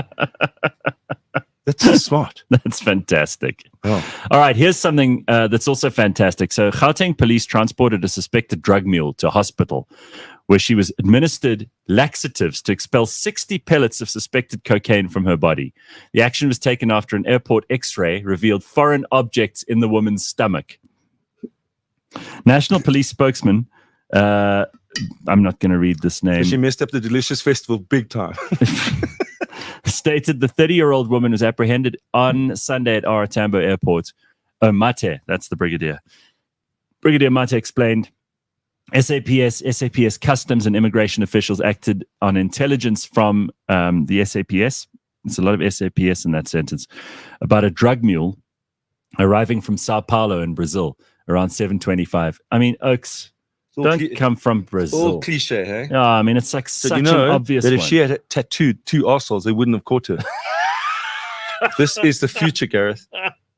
If there's a tattoo artist out there, Is your other asshole it's above, adjacent below, or next to? It's adjacent. It's on the cheek. No, you have to go in. It's just on the side. Oh, God. Do you want to see? No, I don't want to see. No, I don't have tattoos. No. The team intercepted the drug mule as she was passing through immigration. The suspect was promptly arrested and taken to a local hospital. And then they gave her a bunch of laxatives to clear out the system. Yeah, they fold them up in little condom tubes. Have you seen such a thing? Yeah, it messed up my whole weekend. I phoned her, I said, where are you? She's like, I've been intercepted. What's she transcepted? What was she? Intercepted. She was intercepted. I said, what do you mean? I've paid you. And she's like, it's fine. You can e-wallet me. I'm like, no, I want my drugs. Wash them first. Oh, I hope your son's watching. I always wash whenever I get the drugs in a capsule like that, I always make sure it's handy. Just in case, because you know they've been. Well, you know where they've been. I like though that you're kind of joking, but you're not. Because I know people. No, because I know people who do drugs. Yeah. I never really understand if they've thought it through, like where those came from, whose asshole they were. I think it's when it becomes an addictive thing like that. There's no barriers. You don't just care. want it. You want it now. Well, we had a guy in here on Monday who was telling us about how he got addicted to opioids. Because he went in for an op and they gave him these patches and it was like, yeah, hardcore stuff. And fascinating story because he eventually managed to wean himself. That's off. highly addictive. Hugely. That's your chemicals being studied and going, what does this chemical do? Yeah. Say, watch this. And it just goes straight and the receptor is messed up for life. Yeah. No, that's crazy. But he managed to wean himself off, which is quite something. When you're a comedian or any star or person that's in backstage vibes, there's always going to be someone there going, have a drink, have a line. Now you got to choose at that point. So you look at Robin Williams' stories, like cocaine is God's way of telling you you're making too much money. Yeah. So you have the choice as a comedian or a musician or DJ, whatever it is. You've just got to know, like, this doesn't turn out nicely. There's not one guy that went, hey, I've been doing coke my whole life. Things are going well. Got all my teeth. There's not one. So you can't be that guy going, let me just try it out. If you've got a slightly addictive personality, so you know John Christmas and you know his story. Whatever he does become very much into it. He's a vegan now. Obsessed. He's in. Yeah. And you spot those people. He looks like a vegan now. Yeah, I don't like. I can't finish a whole one. If you see someone, do you say anything? You're like, hey, you maybe shouldn't be doing this because you're very into it. You know, if I went to Malcolm Ferreira's house, it was 8:30 in the morning, and he said, "Do you want a Jack Daniels?" I said, "That's not how it works." Wow, that's not how it works. So you told him no. No, I and you said shouldn't be this doing isn't right, this. and he was very aggressive with me about it. And Yeah. I won't stand down. I'm like, no, that's not how it works. We don't do that. So you do correct your friends. I do, but it's not seen as a nice thing in the beginning. Maybe 10 years. Yeah, down I the had line. this conversation with someone just the other day. If I get in the car and I've got comedians I'm taking to a show, because obviously we lift each other, give each other lifts. And Yeah. the one guy lit a cigarette in my car. And I stopped the car. And I stopped the car and said, get out. He's like, well, I said, well, if you want to smoke, I'll wait for you. But you're not smoking in my car. Mm. And he's like, wow, I'm so proud of you because no one's ever told me I can't do that. So these people grow up being told that they can do anything. This is why your kid's a nice child. No, really. But to because- stop the car, the no, guy said, wow, that was weird. I said, it's not weird. I don't want my car smelling like cigarettes. Because the hardest thing to do is to say no. To your friends. And your children. Oh. Like, because you want them to like you and you want to make them happy. So you let them get away with shit they shouldn't get away with. I think it's a really tough thing, hey?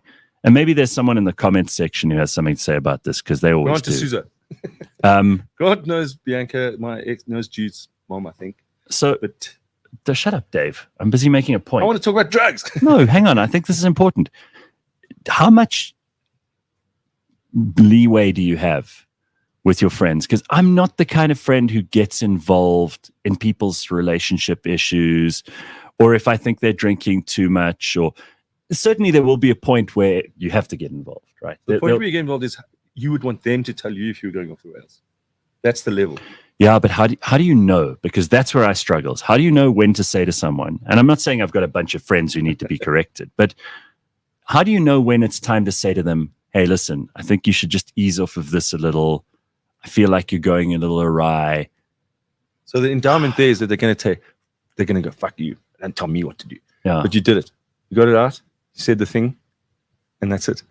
You've seen, what about abusive relationship where you see this isn't going lekker? Yeah. And then you say something to the girl and she's like, no, he's a nice guy. He's a nice guy. And you're like, well, I said it.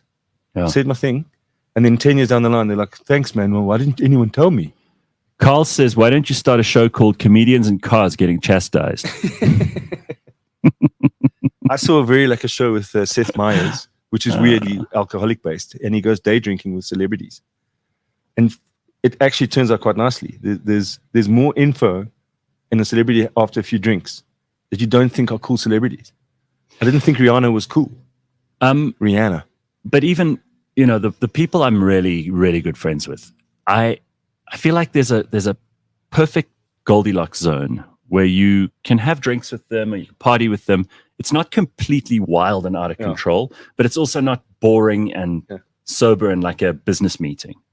But you also find that you're going to move away from those types of friends. You got the ones that are in control. That you know that you can. If you have been drinking, you guys, I'll get you an Uber. You have different kinds of friends, so they're right, gone. yeah. But you'll get an Uber for your buddy and go, listen, let's get you home. Yeah, you're a disaster. Yeah, but also you don't need those friends around all the time because that'll get very exhausting. But I also want my kid to experience those people. Otherwise, he's not going to have like a full rounded thing. He's got to see the freaks, the normals, and know the difference and go, freaks are cool. So yeah, because you said earlier you wanted to be friends with a whole lot of fun, interesting different people when you were young. Yeah. And he brings interesting people. So if you're just in one lane and these are my friends, these are like, no, go make friends with the. We were in a shop yesterday. No, he wasn't with me. He's gone to Portugal. It was the day before, and there was a lady in a wheelchair, and I said to her, can I help you with some of the stuff on the shelves? She can't reach the shelves. And my son went like, you just went to some stranger in a wheelchair and asked her if you could fetch some Cocoa Pops because she cannot reach the Cocoa Pops. Yeah. And she said to me, I've got most of my stuff, but thank you. Like most people don't even know I exist. Wow. And she's got a trolley and she's in a wheelchair. Look at you finding an opportunity to tell us how virtuous you are. let me hear. You got a number, huh? So it turns out. So then we start talking in because we're in the till aisle there, with all the goodies. And then my son started talking to her as well. And then got in the car and he said he found out that she had a helicopter accident. She used to do motocross. She used to do the filming for motocross. Yeah. For these big ones, the Roof of Africa, the rallies. Sure. So this is my kid now talking to this woman in a wheelchair. So I'm like, that's what I want you to do. Yes. So I can't tell him to do That's it good. unless I don't. And so I've got to just do the things. Right. So I don't know where that comes from. Well, Carl says, I've just switched my video on and realized that Dave was being sarcastic about being a good-looking comedian. Yeah, it's her low-res joke. And then I can't figure out what this is the longest comment I've ever seen in the comment section from Linda Oliveira. I remember her. I was told by Gareth twice to stop listening to his show. Look at how long this comment is. You were told. You told her. No, I told her to stop listening to the show twice because she was obviously irritating me. And I listen every day. Recently, I asked which day is the burning platform. He answered every day since 2014. I knew that, but with this change, I can only see the show on Facebook because I'm old and dislike technology a lot. Moral of the story is this Gareth man is intelligent and makes sense what he says. He doesn't agree with much with us in the commentating, blah, blah, blah. I've lost interest here, Linda, but... have you had people who send you long voice notes? He has no choice. We will listen. Okay, well, I can't fight you on this. I can't make it unavailable. I can't block you. So I'm not going to. So you know what you've got you power of? You are in control of the stuff that you can control. So when I say to someone, even back in the day when we did the podcast, I'm saying, I'm at this thing with Gareth Cliff. And they go, oh, what's he like? He seems very... And they'll give like 5 different verbs. What did they say? No, he's self-centered. He seems a bit rude. He seems a bit this. And I'm like, the guy's only ever just been engaging, nice, how's it? And you don't suffer fools gladly. So when things start going weird, you're like, okay, guys, I'm out. It's business time. But you have the time to talk to shit to the comedians. You gave us a platform. And it's so weird when people will say that, but you have no control over that. No. If they think you're arrogant, what? Give me some nice Gareth Cliff adjectives. Sure, full of himself. Full of himself. Opinionated. What are you going to do? Rude, mean to people. What are you going to do? You can't control that. But again, it does like being irrelevant to some people. I don't care. Do you know how actually is with you? There's no one you see in the comments. Imagine me or you or anyone else. If you're listening to this now, imagine you spend your life trying to be relevant to someone. To everyone. But to someone who clearly doesn't give a damn about you. Like, that's so sad. That's like the unrequited love in a story. Like there's this loser nerd at school who's always trying to like hit on the cheerleader, and the cheerleader always ignores him. It's like trying so hard to please everyone. Yeah, why would you be the nerd rather than the cheerleader? Am I right? You know that nerd and cheerleader are married now? Probably, and they probably have a very well-adjusted child. You got me thinking now about this irrelevant thing. Yes, Linda, says Signet. That monologue took over the entire screen. We couldn't even see Gareth. Oh, no. Now so with comedy, you have end up with some competition. You have a comedy section. What's a comment section right there on stage, which is amazing. That's right. You don't interact with the people there. So you you can go, this is funny, it's irreverent, it's whatever it is. On stage, I heard someone come to me after the show and go, that one joke that you told about the midget, I don't think it's funny because my friend has a friend whose uncle who's friends with the midget. Everything else is fine. Everything else. So I said, so that offended you because you know someone. You're not. The guy in front, by the way, who is a short person, was laughing his fucking ass off. Oh, right. So it's weird. You get a comment section that's so immediate. I will never... For someone to wait for you after a show. Imagine that they're waiting for you. Now you're having a drink at the bar, doing a thing, getting paid, do your stuff, setting up your sound system, packing away your stuff, just doing your job. And they wait for you outside. Listen, I don't think you should have made a joke about Miss South Africa being deaf. I'm like, I didn't make a joke about it. I said, I think it's fantastic. And like, but you shouldn't mention it. I'm like, but she's mentioning it. She's on stage saying things. It's out there.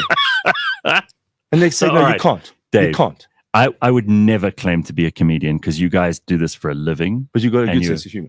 Well, I hope so. I mean, otherwise I wouldn't have lasted in this business. But here's the thing, and there is a similarity. What you guys do, I've always said, the hardest of all the performing arts, right? It's by far the toughest because your audience give you immediate feedback. Yeah. And if you're cuck, you just burn. You crash and burn. And it is disastrous. And everyone can see it. There's two types of comedians. Those that are going to die and those that have. Yeah, correct.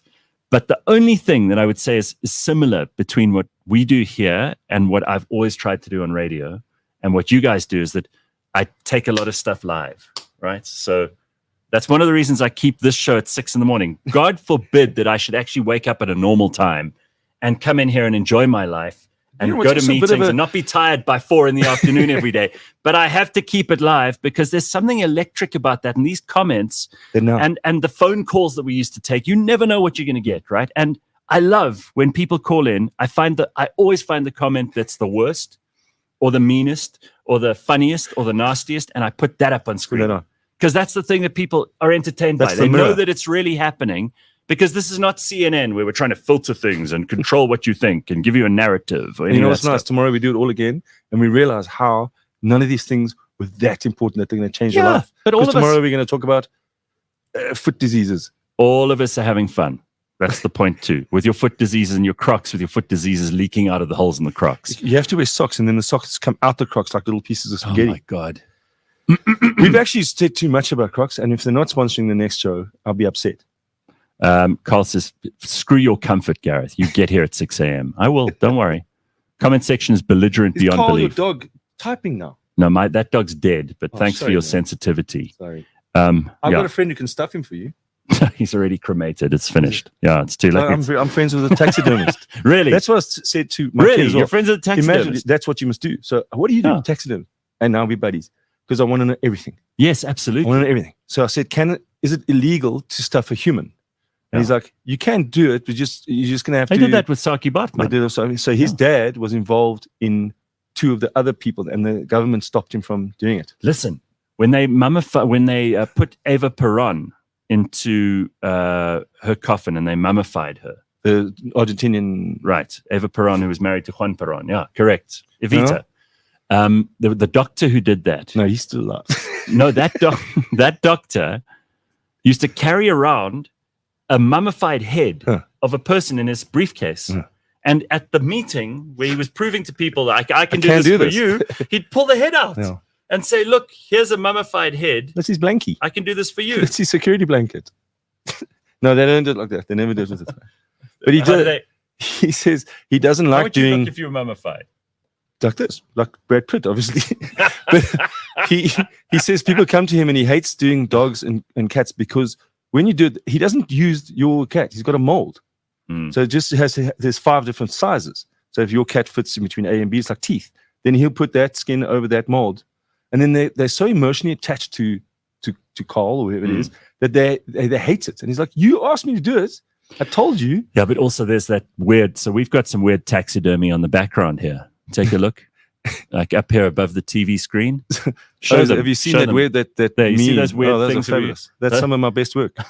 Those your mate did for Oh. us. There's some fucked But, up animals. I up made there. a joke about that. I said a lady came there and said, "Can I have these 2 dogs stuffed?" And he said, would you like them mounted? And she said, "No, just holding hands would be fine." Making taxidermy Have you jokes. seen those bad taxidermy? Yes, I love If you Google bad taxidermy, you end up with My some 2 meme brilliant sites on Insta is the bad taxidermy and people falling off golf carts. So we've really hit the ball out of the park with you this morning, and we've got bad taxidermy on Can't the wait for shelf. Leanne to come back on Monday. I know. Can And- I come on Monday just and sit there? Yeah, you can. It'll In an be apron, weird. It'll be naked. very weird. For who? For everyone. In fact, we'll have. Yeah, if you do, we'll put a camera on. We did a naked show at your thing.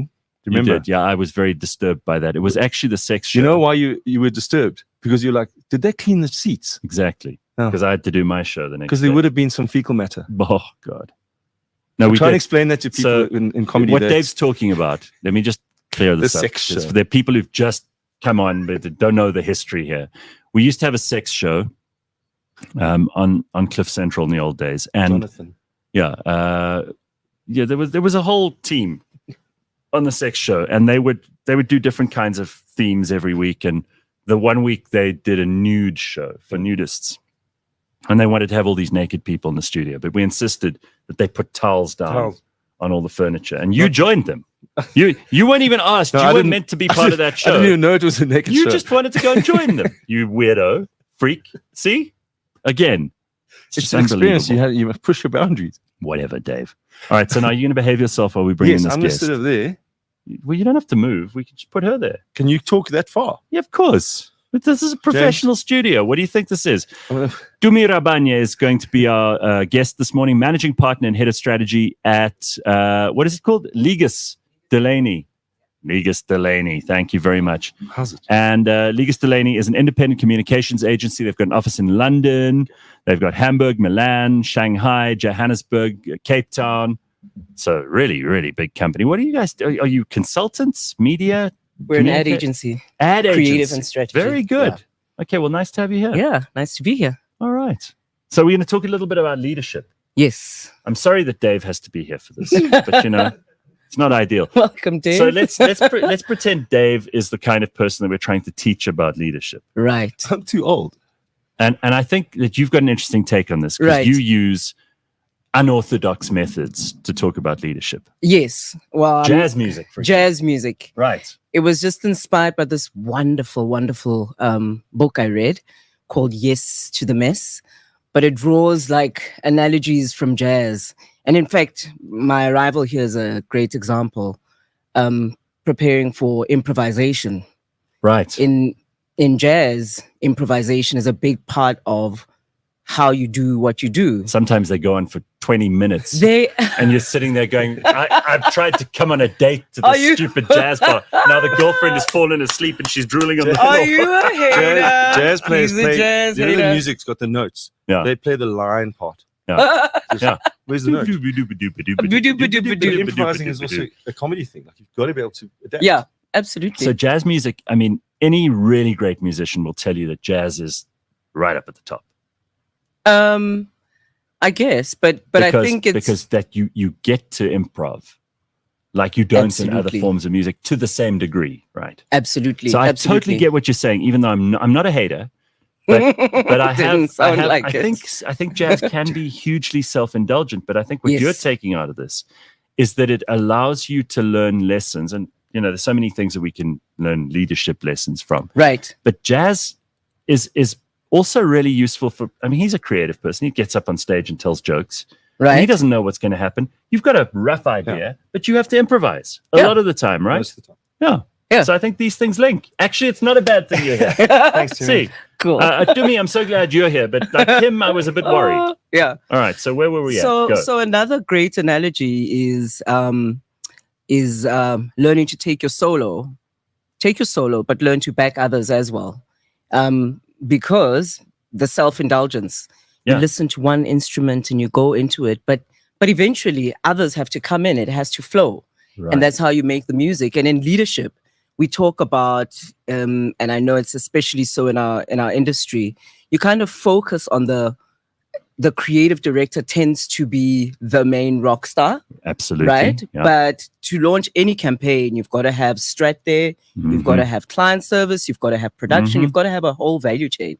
So it reminds you again. And everybody always leaves out finance. Everybody leaves out finance, and nothing moves without them. Damn right. But that's exactly it. So as in jazz, learn to take your solo, but back others as well. I love that. Because that's how you have a complete It actually set. relates very well. And I mean, we hadn't planned this, but it almost feels like we had.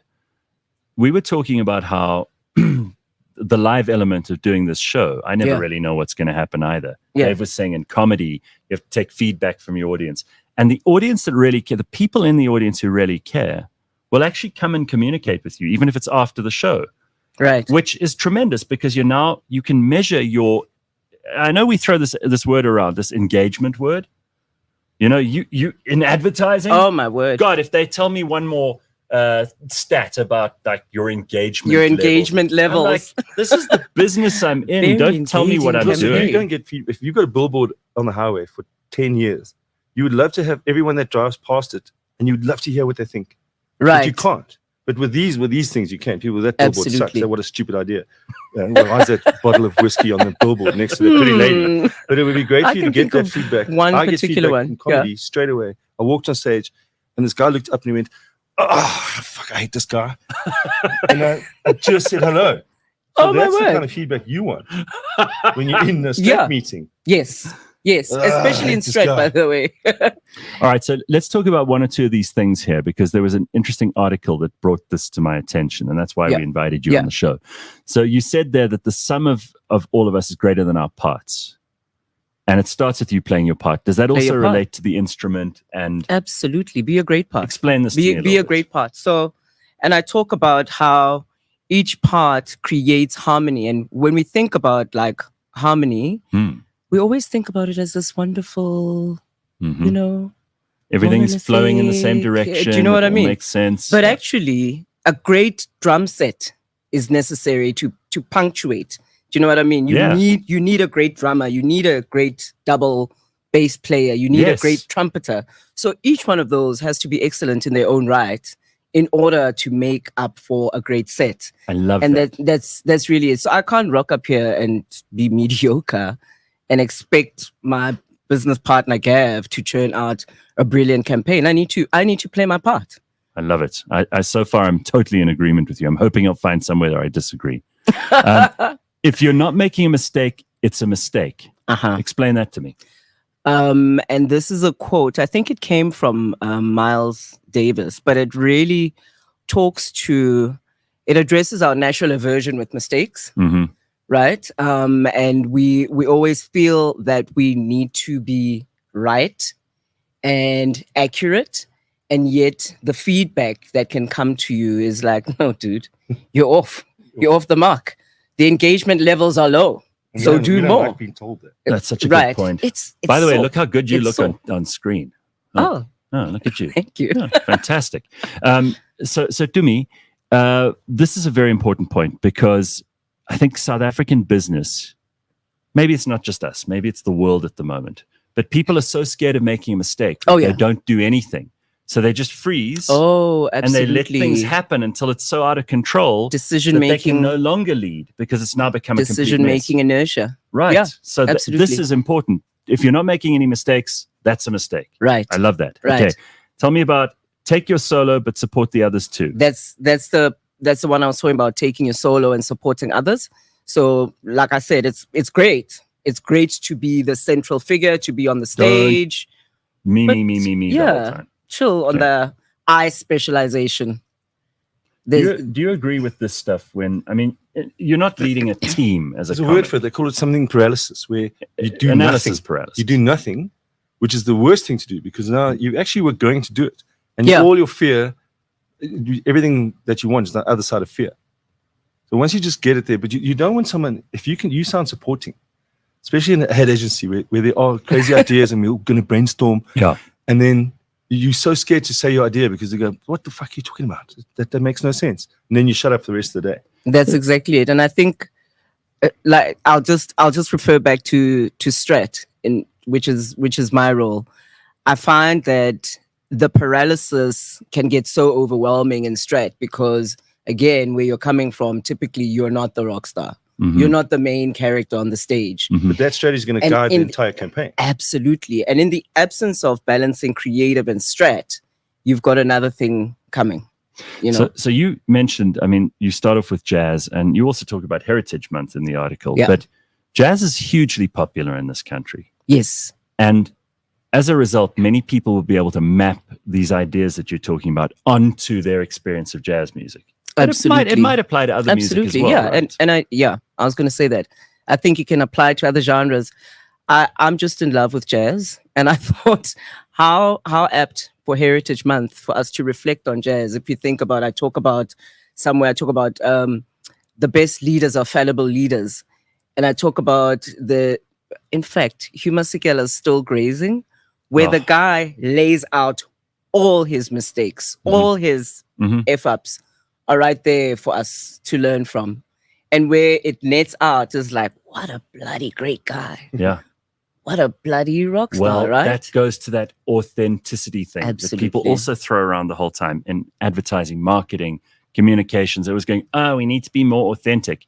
But they're actually allergic to be authentic because they don't want to make mistakes. You said it. Yeah. You said it, allergic. And I was chatting with my business partner again, Gav, about authenticity and how it's such an overtraded word, but it's actually necessary, right? Oh, it's fundamental. I would say that there's very little that's more important at this stage because we're being given so much fake, artificial, sanitized stuff. Yeah. And people can just see through it now. I mean, I don't believe that the kind of spin that they used to put on politics back in the day when like Olivia Pope was a thing, right? Yeah. That spin, I don't think that has the relevance that it used to, and people can see through it.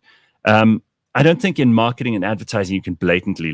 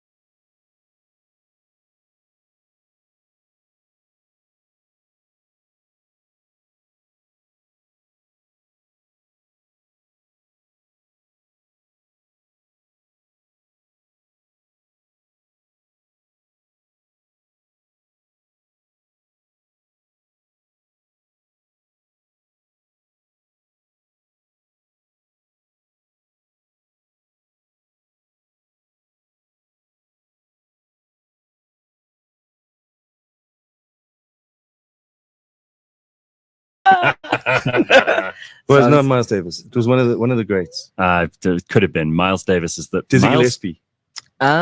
He managed, I don't know, he was just walking past. He's like, how do I get to Carnegie Hall? And that is, even though it's a joke and it's used as a quote, it's very clever. I love because it. it's misunderstanding the directions, but also just to say, where do you want to go? You're Where do and you what's want to happening go? now with so many people are going into positions that you can see they don't belong there. But I want to see you practice. I want to see Absolutely. So when I see a guy and I'm just vote for him, that's my leader now.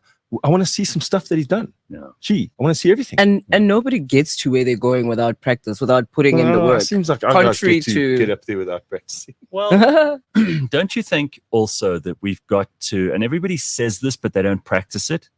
We've got to let people make mistakes and forgive them and move on. I would have fired James for that show we did when I was here last year. Yeah, exactly. Yeah. But you allowed him. I forgave You know he's him never and going to we do that moved on. again.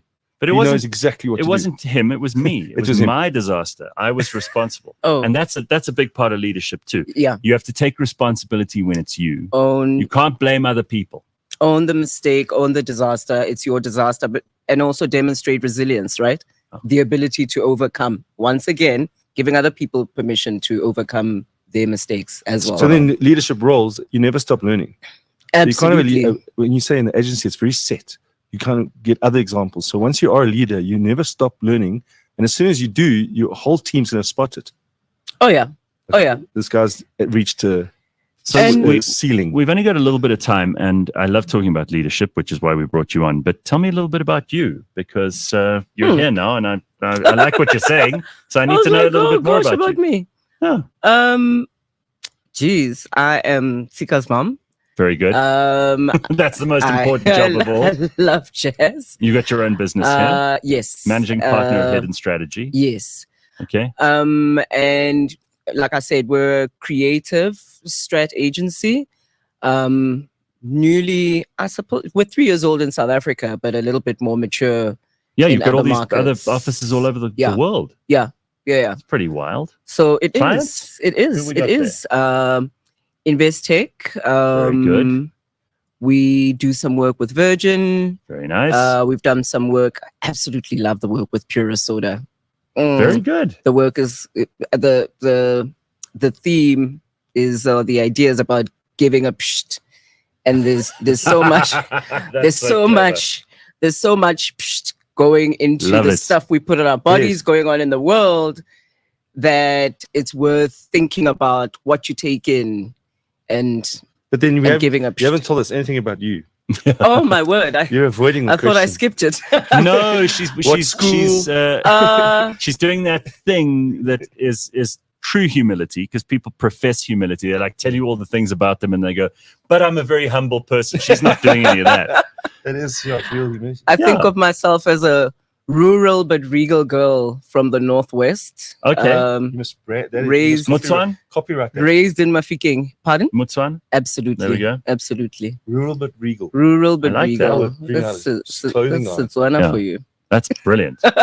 All right. But that's me. That's very nice. Well, listen, Yeah. it's such a pleasure to spend some time Cool. with you. It's been I'm glad great, you could come and join great us this hanging morning. out. Yeah, this is fun. Dave? So as an ad agency, are you upset that drug mule was caught? Ad agencies have changed, Dave. Oh, yes. They're not like they were in the 80s. Listen, they needed to change. Yeah, yes. They needed to Telling me. change. Otherwise, people like me wouldn't be here. Exactly. They wouldn't have attracted real talent like this. They would have attracted druggies like you. But aren't you a background in agency? Yeah. So this is essentially an agent. That's exactly what it is. Yeah. So now And get it's a very exciting business to be in, but doesn't mean we're all doing Oh drugs. no, I'm very upset about that. Yeah, Dave is upset because of that drug mule they pulled Things out. have changed. But thank you so much for Thank coming. you. And thank you, Pleasure. Dave. We're done. Well, yeah, we're done. We're wrapping it up. And that is your wrapping it Wednesday up. morning. I know it's Cool. only going to be a short week. We've got today, tomorrow, and Friday, and then it's back into then another it's over. weekend. I'm going to Middelburg tomorrow. No, you're going to Middelburg to let them down because you're going to Nelspruit. Oh. If anybody booked to see Dave at the Baron, you're out of luck because he's not You going to got be Hannes there. Brimmer, Al Rogers, and Q Dubé. Okay, That's so a there'll good be show. other people, but Dave won't. Okay, very Cool. good. I think that comes To me, Dave, Right, guys. thank you. And Thank to you, thank you for joining us this morning. We didn't get to all the comments. We didn't get to all the things we wanted to talk about, but that's okay. We've got Friday. And don't forget tomorrow, Burning Platform on the podcast party, Friday morning, right here on the Gareth Cliff Show on the Real Network. Don't miss that. Subscribe, like, blah, blah, blah, blah, blah. And we will see you on Friday.